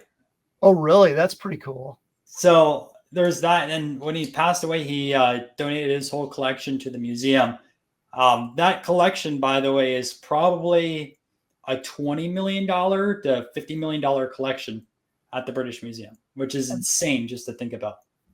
And for those who don't know, Burdick kind of did a similar thing. I mean, he donated and he cataloged it To the himself Met. before he died to the Metropolitan Museum of Yeah. So Art in New York, right? yeah, so it's like honestly they're essentially equivalents in our hobby. You always hear these content creators or people in general say Burdick, Burdick, Burdick, but you don't hear the word and name unless you really go overseas. And in reality, they should both be equals. I understand for the American card sets and tobacco and stuff like that, we use all the Burdick, research that he's done, and that's the reason why we have a T206 set, right? Because of his system that he's been able to generate for all Right. that research. But Warden was just as critical for the European card scene. And I know the European card scene isn't as prominent as it is in America, but it's growing a lot. And there's been passionate collectors that collect 30, 40, 50 years. I've met a lot of them over there. And, it's a shame he's kind of forgotten as much as Burdick is. Well, and one thing I want to say, I might as well just step in it while we're talking about those guys. I like what Rob Veras has to say about a lot of things. I actually agree with him. I mean, he's a phenomenal businessman in the hobby. He's got a lot of chops that I don't. I respect his knowledge. I respect his success. I agree with a lot of his criticisms about, the gambling aspects of breaking and how that can be bad for the hobby long term. I just don't like people who call themselves things like the card father. Like, to me, what the card father is somebody like Ward or Burdick. They did more even than a Jim Beckett to really start this whole thing. And I think they are criminally overlooked. So I'm glad you're involved in something like that. But to me, I will never call anyone the card father unless it's like one of those two guys. Yeah, that has to be your two biggest reasons why the hobby exists today, A and B, right? Right. And Beckett deserves his due as well. Oh yeah, I'm just talking about pre Beckett. Right. Like Beckett standardized the catalogs, right? Which our whole hobby is based around price points. So Yep. easily, Yep. if you have Mount Rushmore of people that had a huge impact on the hobby, like those three have to be on the Mount Rushmore. Then you have to look at probably what Topps employee would you put as number 4 on there, because without Topps producing the baseball cards from the 50s through 70s, on their exclusive license, the hobby again wouldn't be where it's at today, because a lot of those people are still collecting today. They did such a good job with it. Yeah, Cy Berger or somebody like that would probably, be maybe a cliche choice, but maybe the right one. So let's just clip through a few more of these music cards. I know, okay, this one I just have to pause for a second. This is my top acquisition of the year for me. I'm wearing a Doors sweatshirt. I don't know if you can see it. I'm a huge Doors fan. They have so few cards that date to when Morrison was alive. I had a 9 of this. The last I checked, there were only 7 9s. I got a chance to get one of the 3 10s from a guy in France who had a couple of them, had 2 of the 3 10s from sealed sets that he had purchased and broken. I've got a number of other cards from him from this set coming up, none of them 10s. But anyway, to me, this is probably the second to last card I would ever sell in my entire collection. It means that much to me. And coincidentally enough, the day I bought this, either that day or the next day, my daughter was in Paris visiting Morrison's grave, for me, because I've never gotten that pilgrimage done. So it was just weird that I ended up buying this card from a guy in France as she's visiting Morrison's grave in Paris. It sounds like an excuse to, I know you love a lot of live music, so go to see a concert in Paris and then see his grave. I should do that. But anyway, that to me, nothing will top that probably for years. Even though I know that's not as big of a deal probably to a lot of other people. Still, I think a very significant music card. I mean, 3 10s, 7 9s. I mean, it's just not a lot. No. This was a crazy find. Yeah, a couple dealers in the US found really nice lots of these 71 Bergman cards that had never been peeled off the backs. And uh, the guy, Cardboard Portfolio Reed, he's the source of the ones that I have, and he's the one who graded the ones that I have. I believe he graded like 3 doors. There may be more than that graded now, but these are very limited, as as we recently discussed on the rookie card discussion. These 71 Bergmans, they get rarer by year, 69, 70, 71, and the 71s could be peeled off the back. They had a self-adhesive back that could then be stuck in an album. And so finding them complete has been very, very challenging to date. They're very rare so far, and there are very few graded. So actually, 5. I think all the doors that were graded so far are 5s. I have a really nice raw one that I got originally from Reed. Again, Cardboard Portfolio is his handle. I highly recommend him. He's music cards only, but good guy and very knowledgeable and a very extensive, diverse inventory of music cards. But he sold me a raw version of this before he got the graded ones that I want to have graded. It may be even a little nicer than that one, but very happy to have that. This is just in there because the doors have so few cards, I've started collecting some other doors like concert memorabilia. I've got a few handbills. This is actually a ticket from a San Francisco show in 1970, and it looks like a card, so it's just cool looking. So I just threw it in there. This is the last time I was on your show. Somebody asked what's like one of the best Beatles cards. I said this was probably my favorite of their rookie cards or their 64 cards. I had a PSA 5 of this. The reason this is in there is I just was able to buy this SGC 5 last year as well. And I really like how it looks in the tuxedo holder. The next several you can kind of flip through are just all Beatles Dutch gum cards that I like that I've graded myself. That last one is not one I graded myself, but the others are just cards I like. That's that backup one real quick. This I just got a graded copy of it. This is one of my favorite Beatles cards, and I think when I was asked that last year, I said this was my favorite Beatles card. I love the graphics on that. That set is it's a sticker set from Spain in 1968 called, well, it's on there, isn't it? It's Ediciones Este.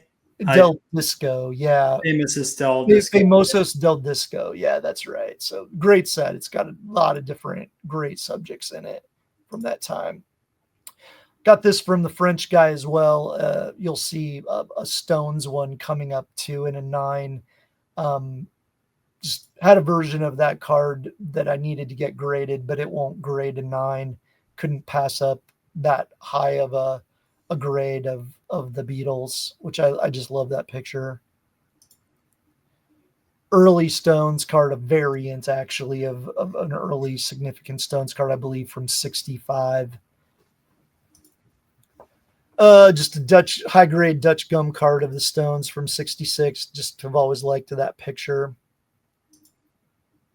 That's from the French guy as well, from the sealed sets that he broke. 68 Panini.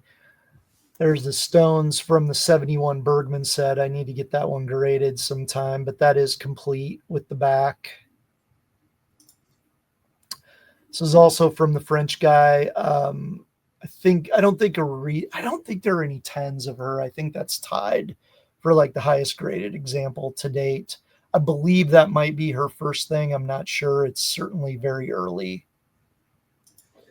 And then I love this 69 Quaderni Edis set. I have the Beatles from it. I have the Stones from it. I bought this coming up. I also got the Supremes from it. I wish the Doors were in it, but I don't think they are.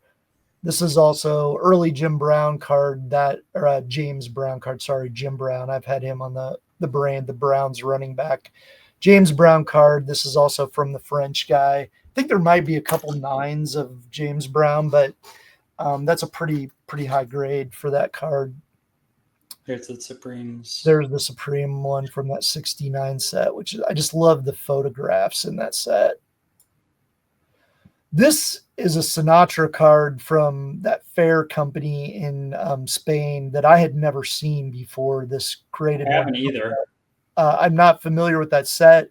That's the only one that's been graded by PSA. So says the Pop Report. So I don't know. I just thought it was a cool image. This is what started me down the Jackson 5 rabbit hole. The Bergman 71 Bergman, getting that one complete. Again, that's from Reed at Cardboard Portfolio.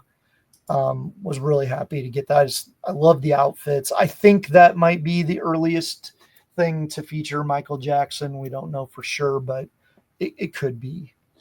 As of now, it definitely is the earliest. I don't think he has any other stuff from 71. And I know that photo was taken in 1969, but all of those Bergman sets, like there are a bunch of examples of them using photos that are from several 69. years earlier in the set.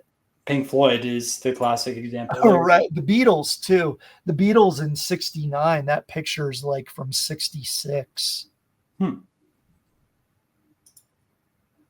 Just the tip-top EMI cards of the Jackson 5 and Michael. The next couple are of Michael. I picked all those up once I started going down the young great Michael grade rabbit hole.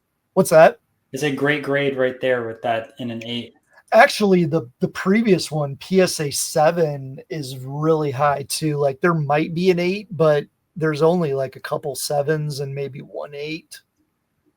Those are hard with the corners and the borders. No, they definitely are. Here's the Israeli Jackson 5 with only 4 of them, but I love Michael's like vest, that flower pop vest. That's so awesome. Again, I think that's from about 73.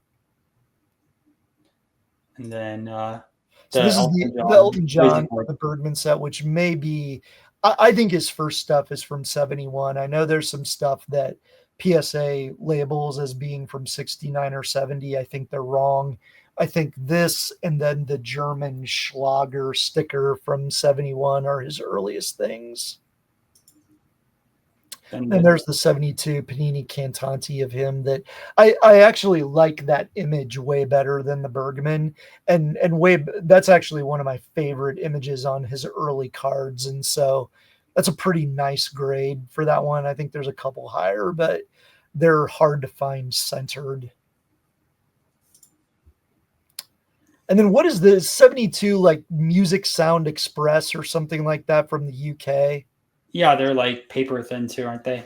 They are. They're cool though. I like a lot of the images. This is Zeppelin. So 72 is early for Zeppelin. You know, they obviously have that disc that we saw earlier. They have the 72 Panini Cantanti card, which is really cool. And then this, and those are, and I'm not sure the other disc, is it from 72 or 73? So there's 3 discs. There's a 70, then there's a 72 and a 73.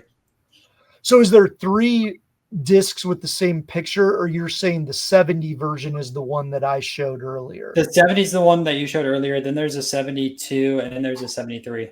But the 72 and 73 have the same image on the front. No, they have different backs. They have different images on the front.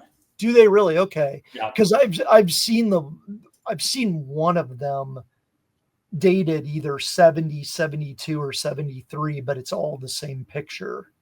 Yeah, they're different on those. I'll have to look out for that. I'm not sure I've seen the third one then. I would like to get all those eventually now that I've gone down the Zeppelin rabbit hole.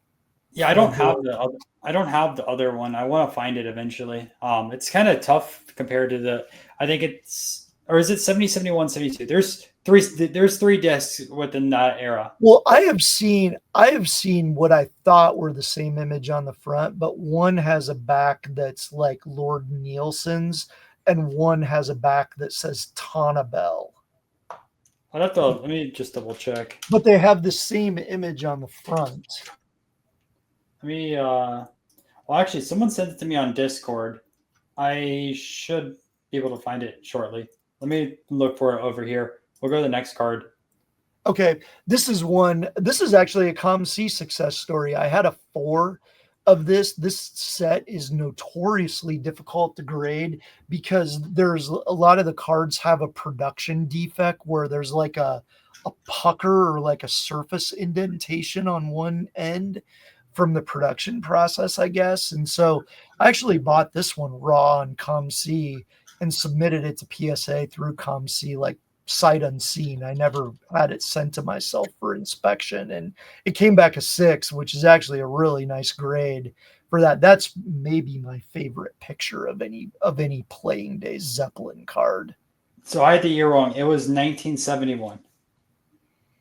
But it has a different image than the one that is often mislabeled. Correct. What does it have on the back? What does it say on the back? Lord Nielsen Stardust. It's okay, a I've seen that, but I thought it had the same image as the Tonabel one. Let me look where this is at. Anyway, we don't need it. I'll put this on my screen now. Okay. That's Zeppelin? Okay, I've never seen that picture. So there you go. And that's from 71? 71. Jackson 5s are in there too, actually. So oh, really? Wow. Yeah, they're in there. Yeah, I would definitely love to find both of those eventually. Okay, well there's another 71 Jackson if that's where they come from. So that would also be in the running for them. That Zeppelin picture was nice. I liked that. I would definitely like to find that. So those are from the UK. Yeah, UK as well. Like I said, those are much tougher than the 70 or 72. Like I said, I forgot if it was 70, 72, 73 or 70, 71, 72. Yeah, the 71 is not difficult to find if you don't mind getting a little bit lower grade. There seem to be a lot of them. And there's even quite a few 10s. Like it isn't that limited. I bought a 10 on that, I want to say 2 years ago for like $250. I don't know what they go for now, but you got a better deal than I did. I think I paid like 600, but there's somebody who has one on eBay that he's asking 1,000 for. So yeah, I think they have room though. Queen over here, 1975. Yeah, I just graded these Queen cards from the Swedish gum. You can flip through like 3 of them. I just graded all those myself. And I always like this one over here. It's just a classic image. Yeah, and then this is the 1980 Heinerle set. If you ever can buy like Heinerle stuff, whether it's the stuff from the 50s and 60s or even the 68 is another one that's impossible. That's another Hendrix I've been looking for. So Hendrix has quite a few stuff from 68. Yeah, I'm not even sure I've seen that. I actually got that question the other day, and maybe I'll answer in the Q&A. Like, what are the best Jimi Hendrix rookie cards or late 60s cards? It's hard to say specifically because some of this stuff just doesn't populate. Like this over here of Hendrix in 68, the FKS, the Cross Gum, like there's stuff out there that will always be single digit pop. So whether you want to call it a rookie card or something late 60s or even earlier with his trade cards from 67, what I will say is one of his trade cards from a record company sold at Rock and Roll Auctions last year for $6,000.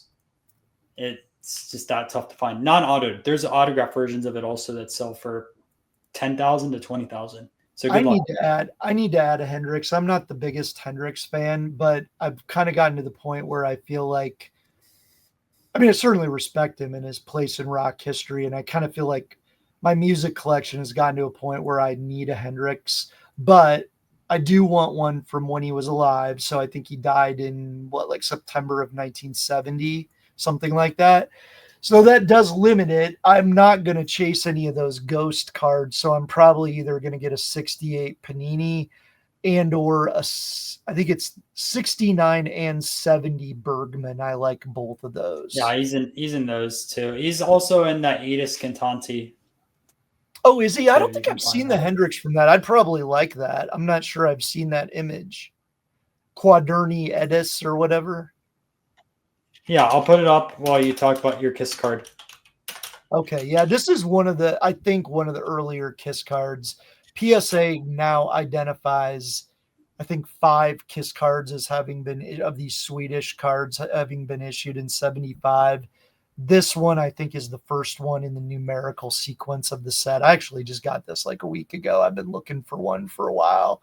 But I think a lot of people like consider, like, if you said what's the KISS rookie that you want to chase, like I think a number of people would say this one. I'm not 100% sure, but anyway, I like it. It's early.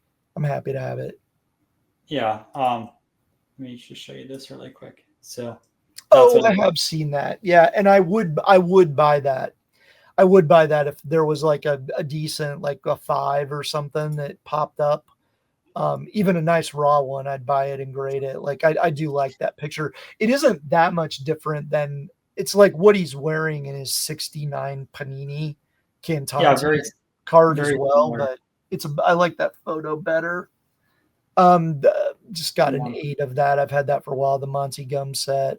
I graded that. I was proud of that. That's I think the highest one's a 7, but I've always liked that card, and that set is really hard to grade. Sex Pistols card I got in an 8 from Monty Gum. Like that Aerosmith early early Aerosmith card. That's cool. 78 Billy. If Yeah. you know, you know. It's I'm still upset that I wasn't paying attention to concert dates and Billy Joel and Sting were playing in Tampa, which is like a 3-hour drive away. And I didn't even know about it until later the next week. I saw a set list online. I would have loved to go to that myself. I'm like, man, I haven't seen either of them. Obviously, I didn't really have a chance to see the Police. And I want to see Billy Joel, and I know Joel tours a lot, but I'm like, man, I could have knocked out both of them on the same day and see it.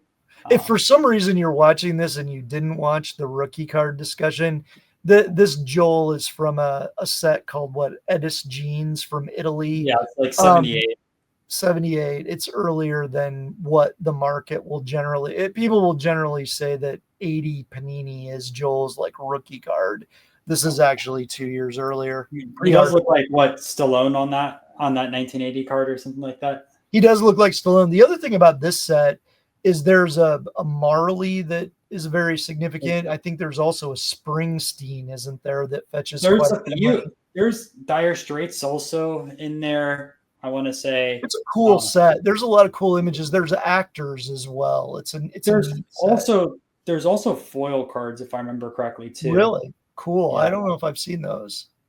I picked up a bunch of them like 3 years ago from an Italian. I have to find them, but I'll send them over. It's somewhere in my messages so when I pick them up. Yeah, I'd like But to there's see like foil pictures. variants. Maybe I've seen them.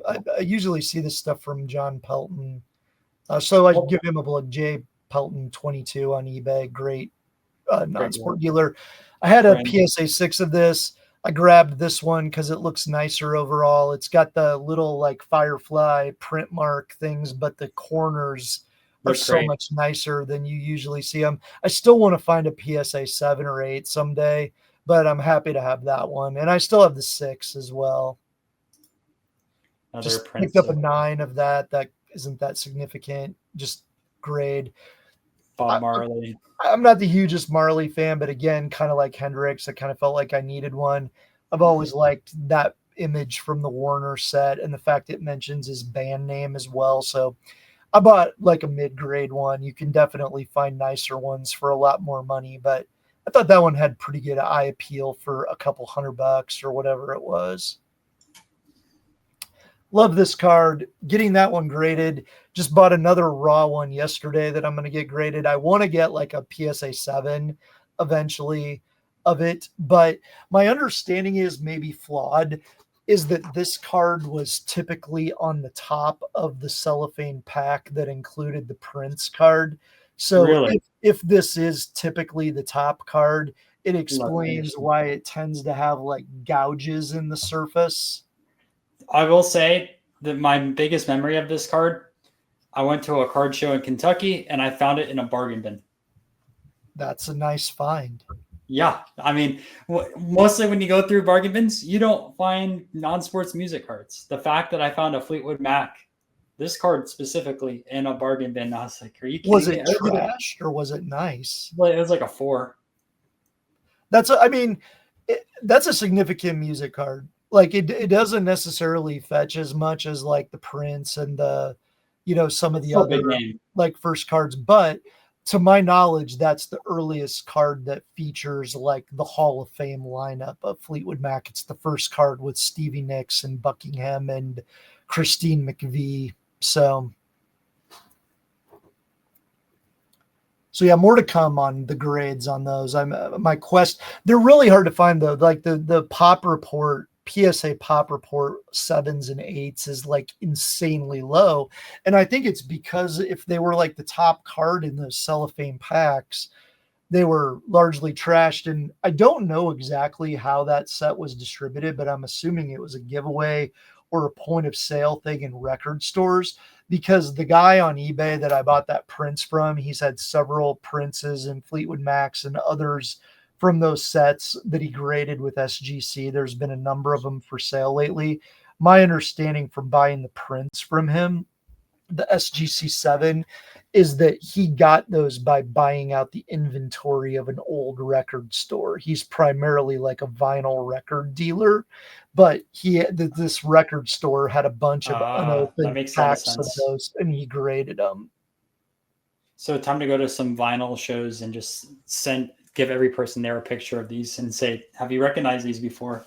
Or Did you find or any?" look for people that bought out like record stores when they failed, in the 90s. Yeah, easier said than done. Yeah. Another. This is from that 80 Heinerly set. There aren't a ton of Fleetwood Mac cards that have that famous lineup on it. There's to my knowledge, there's only like 5 or 6. This is one of them.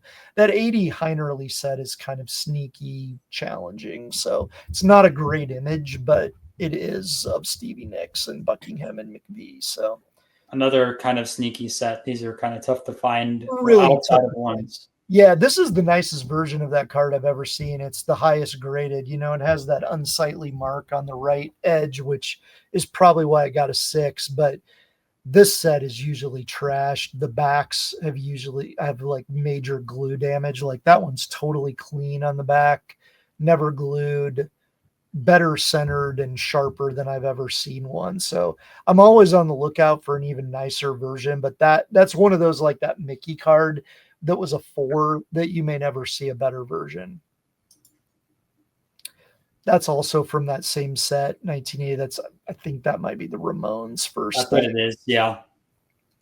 I'd like to get a better version, but it's what I have. I was gonna say, "Let's Go," part of their song here. Some early Police stuff that's also from that 80 Heinerly set, and then I have the 80 Telepop. Started buying a little Police stuff. Real quick, this is probably my other great find of the year. I know these have probably cooled off a little bit now that the Eras tour has ended, but I found that on eBay 5-6 months ago with a buy it now of $295 at a time when the raw ones of those were probably selling for 5,000 to 6,000. I'm going to get it graded. It's probably going to get like a 7 or an 8. They're tough to grade, but I never thought I'd own one of those just because of how expensive they were. And somebody just didn't know what they had, I guess. And I mean, it was a bin for $295. That was one of those I couldn't hit fast enough, and I never believed it would actually be shipped to me. And there it is. It's too bad half the card ruins the value. Yeah, I'm not a fan of the Kanye half. And just to reiterate, that is not Taylor Swift's rookie card, damn it. Don't let anyone tell you otherwise. Well, that's where all the value's at, right? I'm just joking. Yeah, I think it is. Oh, you thought that the Taylor half was the half that ruined it? No. I'm making a joke how people call it the rookie card. That's where the value's at. Oh, right. Yeah. Well, I think it's Kanye's first thing. It could be anyway. Might be. I don't know. I haven't looked into his cards. I listen to rock and metal music and bluegrass. So yeah. not really. Even if I liked his music, I would think he's a horrible human being. So, and that certainly wasn't a good moment. That's what always amuses me about people going gaga over that as Swift's like alleged rookie card, because it's like that is not a moment that most Taylor Swift fans care to remember. But anyway, But I will say it is an iconic moment in like I guess pop culture music because it was everywhere. yeah, Like yeah, I don't listen to either artist, and I try to stay away from all the pop culture stuff. And I even saw this everywhere when that happened. fair. Um, Just click through the next one. The 84 Panini set, pretty tough. very Lower population and hard grades, like 6s and 7s are good. I collect U2, usually try to get everybody on the same card, but I like sets like that where every member of the band has their own card. So I grabbed them all. I think I bought them all as a lot from the same seller. So I thought they were kind of cool. I know my internet cut off a little bit, but I really want to see you two live still. I I was know. gonna I go, regret never seeing them too. I I had was a gonna couple of chances and I didn't. I was supposed to have a work trip into Vegas when they were at the Sphere, and then That that would be got so canceled. cool. That'd be so So cool. I know Yeah. I was hoping for it, and then I told myself like I'm not going to buy tickets until it gets close to the trip, and that trip ended up getting canceled. So did not get a chance to see you two over there, but maybe one day we'll see them somewhere else. In addition to going to taking my daughter to see Nine Inch Nails in August, I think we might go see Def Leppard at the state fair, which is sort of sad, but love Def Leppard and regret never seeing them. So might subject myself to the state fair to see them. And then my daughter just told me Lady Gaga is going to play a few American dates, including a couple at the United Center in Chicago in September. So we might try to go to that. I don't know. Expense. We'll Yeah, I see. mean, I think you might as well try to get to the concerts if you can. I saw Def Leppard at Rockville. Was it 2017? I want to say and that was that weekend. Soundgarden headline one night. Def Leppard headlined the other night.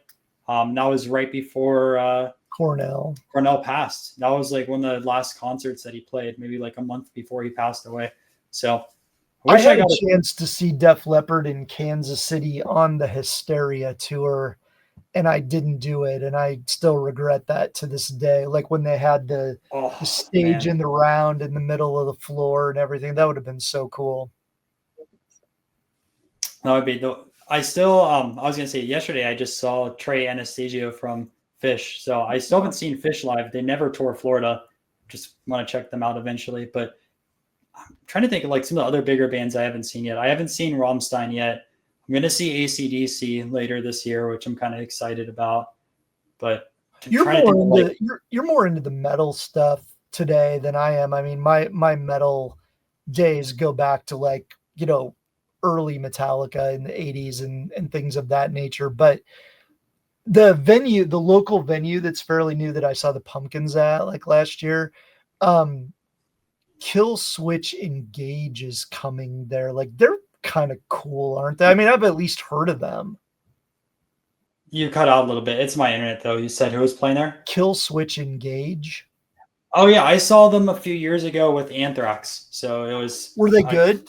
I mean, I've heard of them. I was like yeah, thinking about going to that. they have anywhere from like 3 to 5 songs that are pretty popular. I mean, I like their music though. It's a small venue. It'd probably be a cool place to see a show like that. So anyway, we're almost to the end here. I think let's just flip through them and close the book. Let's then I still don't have this one of Guns N' Roses. I need to grab it eventually. I That's one of thought the this earlier set was cards, the non 4 piece 89. one. Who knows whether PSA is just wrong? I thought that was 89, but in any event, I think that's one of the earlier GNR cards, and I like it that it has the original members. It's not a bad photo of all of them. No, it is not. Seen GNR as well as Slash. Kind of like the Slash solo show better than seeing GNR, just because I like the singer Miles Kennedy a lot.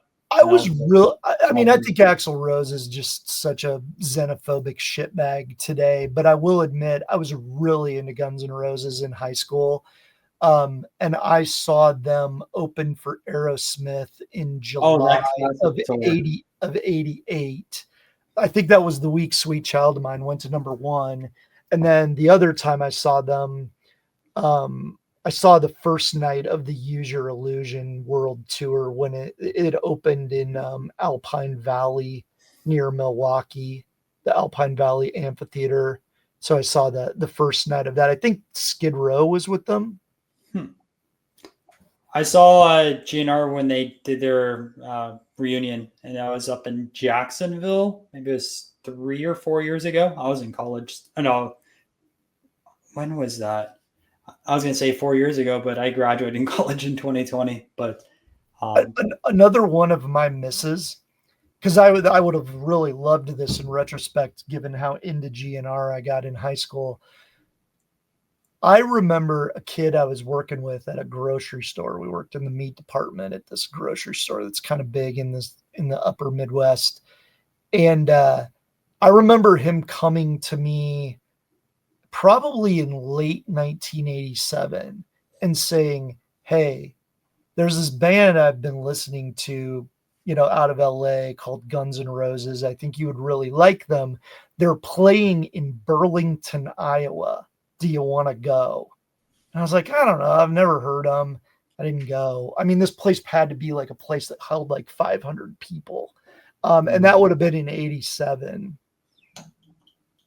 that would have been a good opportunity, but it's easy to pass on stuff like that. You never know. Yeah, I didn't see. I mean, Nirvana played in my college town in like 1991, and at a bar, at a music bar, and I could have gone to that, and I didn't. That was when like Bleach was out. Yeah, I mean, on the modern side of things, the only band that I really haven't seen, and when they were playing small venues, there's a metal or rock band called Bad Omens. They're playing like a 250 capacity venue. I was like, I liked their first album. I was like, I'll see them again, and now they play arenas, which is crazy for the modern side of things. The other one I really regret is Alice in Chains. I had a chance to see them in an arena show in like probably 94-ish. I wish I would have gone to that.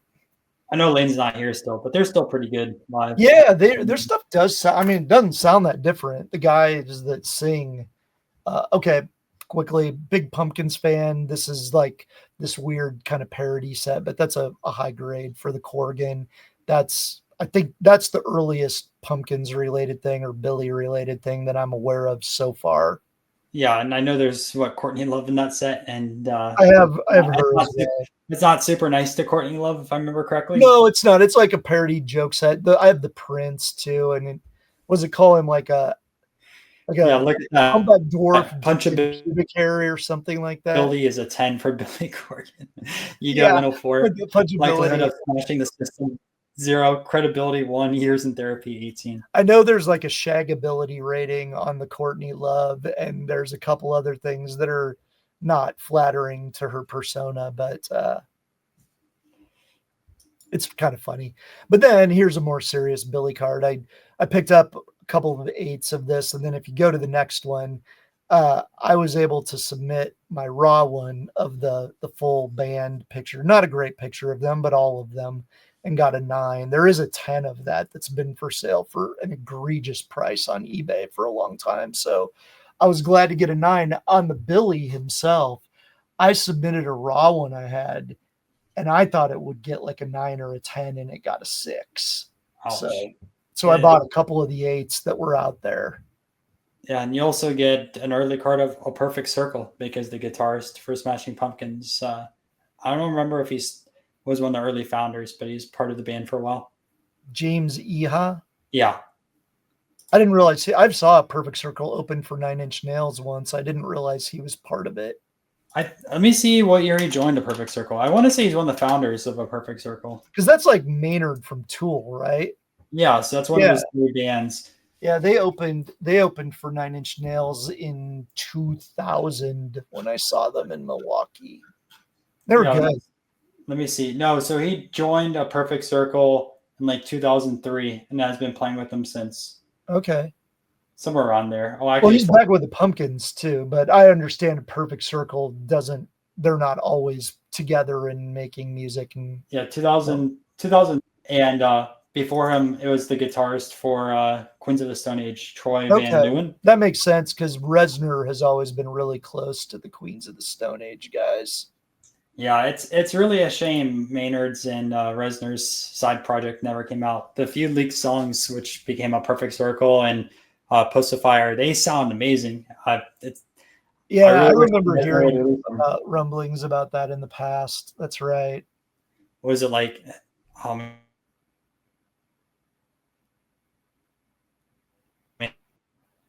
You kind of froze up there. man, it's like Worm for the full name. Yeah, I can't remember, but I know what you're talking about. I remember hearing bits and pieces. I mean, that all that stuff, in the early days of the internet, the information was just so splotchy. Yeah, I was saying my internet went out, but it was Tapeworm, I believe, was the That's name of right. the That's thing. right.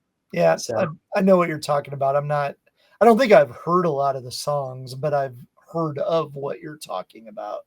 well, the two songs that were supposed to come from Tapeworm, I'm just gonna look them up again because I know what they sound like. Um, I just put over here songs. Well, is that back when Reznor was like doing music for like the video game Doom and stuff like that? Like he was starting to do a lot of stuff outside of Nine Inch Nails. It was in the early 2000s. So the two songs that said on here were Potions and then Vacant.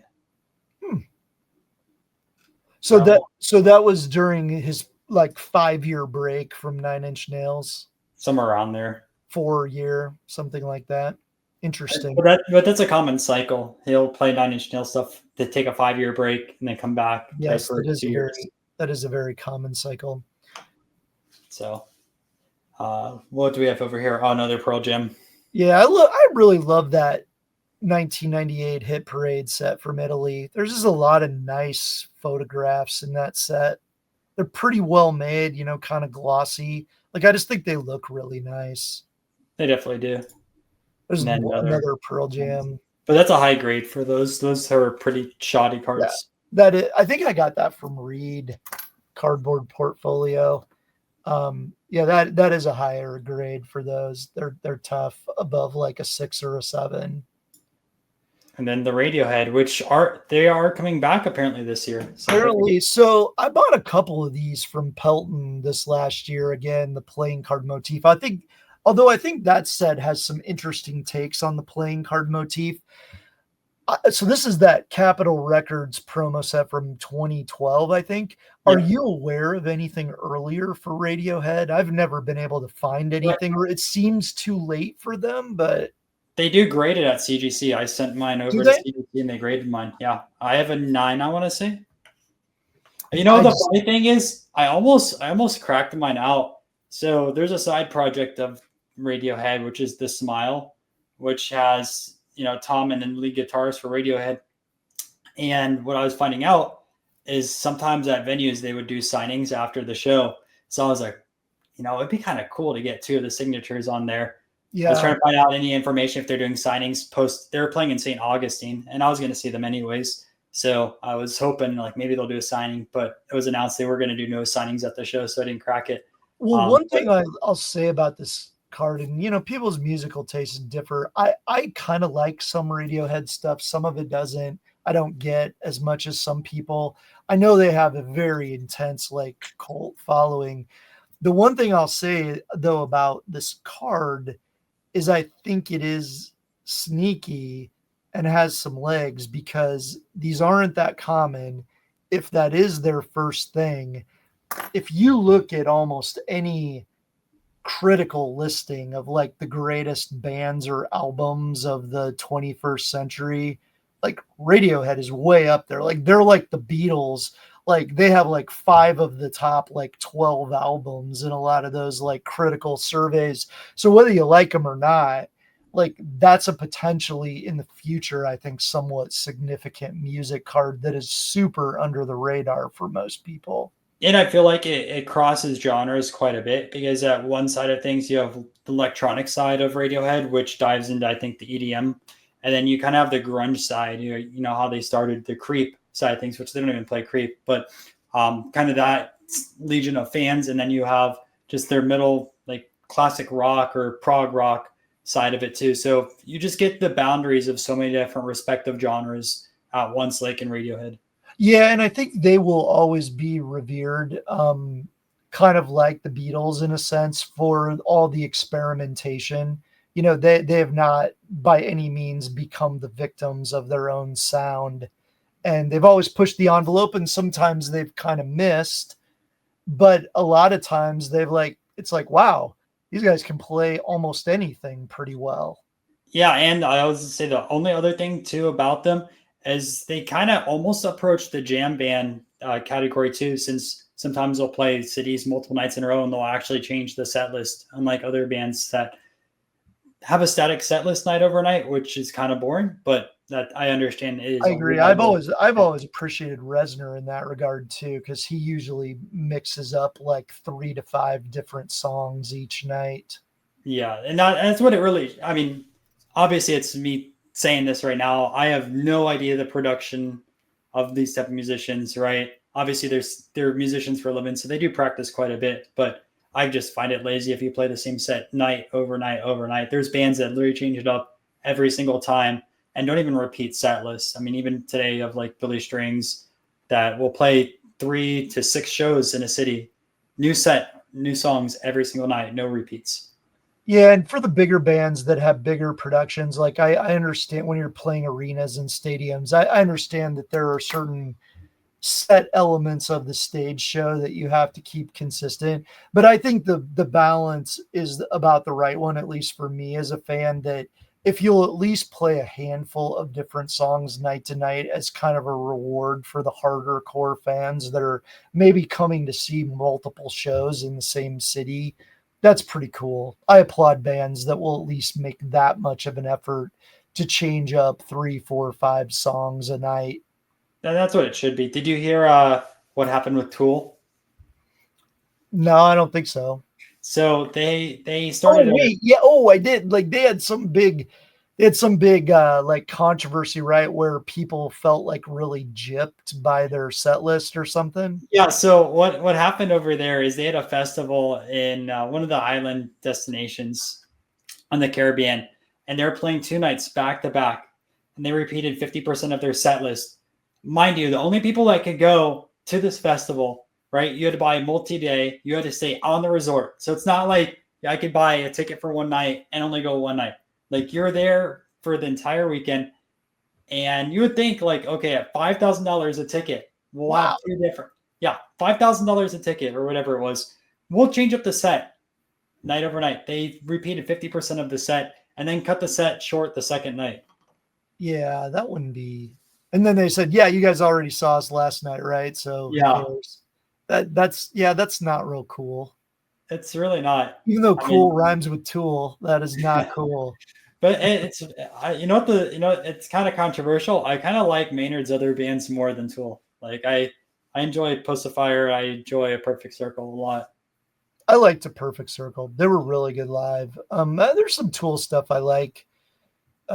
He's a talented guy, but yeah, Oh, 100%. that wasn't cool. No. And then And then Super this is the Mario. final entry, just something different. This these Japanese Mario sets from the early 90s are kind of cool. There's like regular versions and then like kind of prismatic versions of a lot of these cards. This is not the earliest set, but I got this one because my daughter and I just played so much Mario Kart on like the Wii as she was growing up. And so I just have a lot of fond memories, and I like the characters, and I like the fact that card kind of has like all the main characters on it. So and not real easy to find or to find in high grade. There was just a 10 that came up after I bought this 9, and I think it went for less than I paid for the 9. So I wish I had gotten that one instead, but still a cool card. It happens. But anyways, let me remove this on here. So we reached the end. Sorry if that was just too much stuff, but you can tell like I did not do a good job of my promise to buy less and sell more in 2024. I'm really hoping I succeed more. I'm hoping you don't have a reason to have me on next year that I haven't gotten. You'll be on again next year. You'll be like, It may be well, like a 15-minute appearance. There's never 15-minute conversation. No, that's I cool. thought you didn't get a bunch of new stuff today. I'm like, oh, we'll get through this in an hour, and we're at like almost 2.5 hours. So. Yeah, sorry about that. Nah, I you're good, probably man. included too much. And the thing is, like, I was still selective about what I put in there. Like, that wasn't everything I got. That was the better stuff. So yeah, I gotta cool it a little bit. I've got to figure out a way to collect less subjects and streamline some of those sub collections to more significant stuff. Like, ideally, I would love to find a way to get down to like 500 cards, but I'm well away from that point right now. Then when you have to dwindle down, then you're like, oh, I'm not going to find this card for 5 years, so I don't want to get rid of it. Right, and related to that, I mean, some of this stuff I just don't think the market really adequately appreciates. Like, I've paid up for some stuff that I think is really significant that if I throw it on auction tomorrow is going to go for 20 cents on the dollar. Like, look at your like a perfect example, and I think we should end the video on this, is your 84 Madonna from Australia, right? Look at the Superman card we started the video off of. One went for $30,000. One went for $12,000. Now, I'm not going to equate Madonna to Superman, but scarcity wise, I would think between both of those sets, they're probably about just as scarce. And, Madonna is a very, very famous musician out there, just as Superman is a famous character. So I don't think that would fetch anywhere near $10,000 if we went to an auction today. Just people don't know it exists. Right. And that has bedeviled and maybe forever will bedevil non-sport, is that some of this stuff is so obscure that people just don't know to want it, right? Like, even people who collect non-sport don't know about some of this stuff. And when people don't know something exists, there's just not going to be that much demand. So I guess that's maybe the silver lining flip side of, hey, maybe some of this stuff isn't that rare and high grade. Maybe if more of it hits the market, it just grows the market eventually. And I think there's that side of it too. Once you have more of a hit the market, some hit high prices, then they get caught in the media cycle of our card hobby, and then it just slowly grows it. I mean, I do see a lot more people joining non-sports space, which is awesome to see. And that's well, and you've seen, right? Like, I mean, that's not as much my world as yours, but you are seeing like kind of insane prices in the old historical figure space, right? So just load this up on my phone right now, or I guess I can load up on my computer. There's a Duke N76 of Abraham Lincoln in a 4 selling right now on eBay. I paid $900 2 or 3 years ago for my copy, which, by the way, at the time, I thought that was a crazy price because I thought 4s would normally go for about $500, $600. There hasn't been a 4 for a while. I bid well over $1,000 thinking I'd win it. It sold for like $900, and I thought that was crazy high. In retrospect, obviously it wasn't, because right now at auction, and this ends in a few days, I believe. Let me just look. I thought there was a 4. Let me just look this up again. Lincoln. Well, and I don't know why I didn't. Why is it? As you look that up, I mean, I've always been a believer, even when I was collecting sports cards primarily.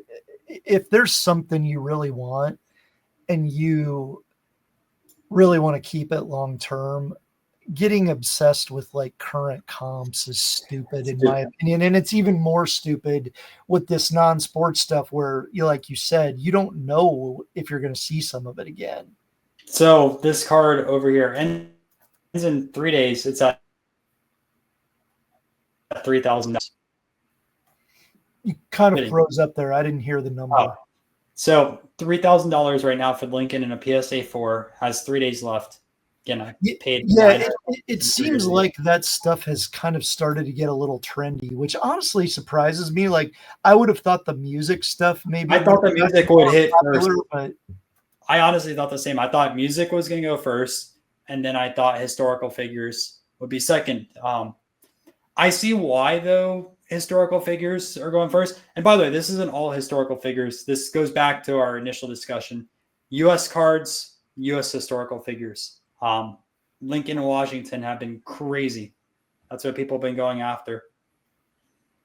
Yeah, that's interesting. I do hope that the Americocentrism or whatever the word is, I do hope that falls away, because we just both know that, especially in like the music and entertainment space, there's just so much awesome stuff besides the pittance that was created in America.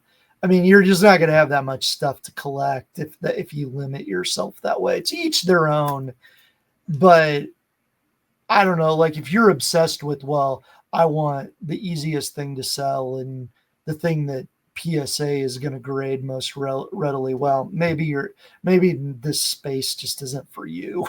Like No. I don't know if you're in the right area. Unless you're collecting like U.S. presidents, then you're easy. It's like, well, it's all going to be. I mean, there's a lot of foreign issue U.S. president stuff, but I mean, there's a lot that were issued in America. But I think that's a good way to end off the video. Thanks again for jumping on. If anyone wants to reach out to you, two ways. Number one, Instagram, right? Darth Brizzo on Instagram. Secondly, you have your Flickr book, so that way I call it a book, but it's really a Flickr website where you can take a look at all of your cards, not just the stuff that we showcased today. So I'll put also that in the link in the description so you guys can take a look at the collection on that side of things. Major props, by the way, for putting all that stuff there. I could never spend all that time just documenting it and putting it there. I'm so lazy. I haven't even posted like stuff on Instagram or Twitter in months. I enjoy taking photographs of them. Like it's and I know we got to go, but I like photography and photo editing anyway, and I'm not saying I'm very good at it, but I enjoy tinkering around with it. And I find that taking the time to take photos of the cards and edit them and put them in those folders, I spend more time with the cards than just throwing them in a box and then going on to the next thing. Like it's kind of my way of making myself appreciate what I've bought a little bit more. And then having that album is great because, one, if I'm out, I can remind myself if I already have something. But two, then wherever I am, I can kind of flip through my collection, right? Like I don't really physically handle my cards then a lot after I put them in those photo albums, but I can always look at them no matter where I am. That makes a lot of sense. Anyways, guys, thanks again for checking out this episode. And if you have other ideas for guests in the future, I want to do these typically once a month. Last month I got really busy at work, so I wasn't and that sounds terrible. Last month I got busy at work, so didn't really have the chance to record any episodes. But again, well, thanks so much. Thanks so much for having me too. And I know these always run long, but I always enjoy them, and it's fun. I'd love to hear from people who love this stuff too, whether it's exactly the stuff that we're into or not. It's a cool space, and there's just still so much opportunity. There is, and there's a lot of research that needs to happen. So if you want to really dive into the trenches and help grow the non-sport side of things, start making some posts and start researching some foreign issues. But there's so much that's not documented. But that'll be for another video. Thanks, guys, for watching, and check it out next time. Happy collecting.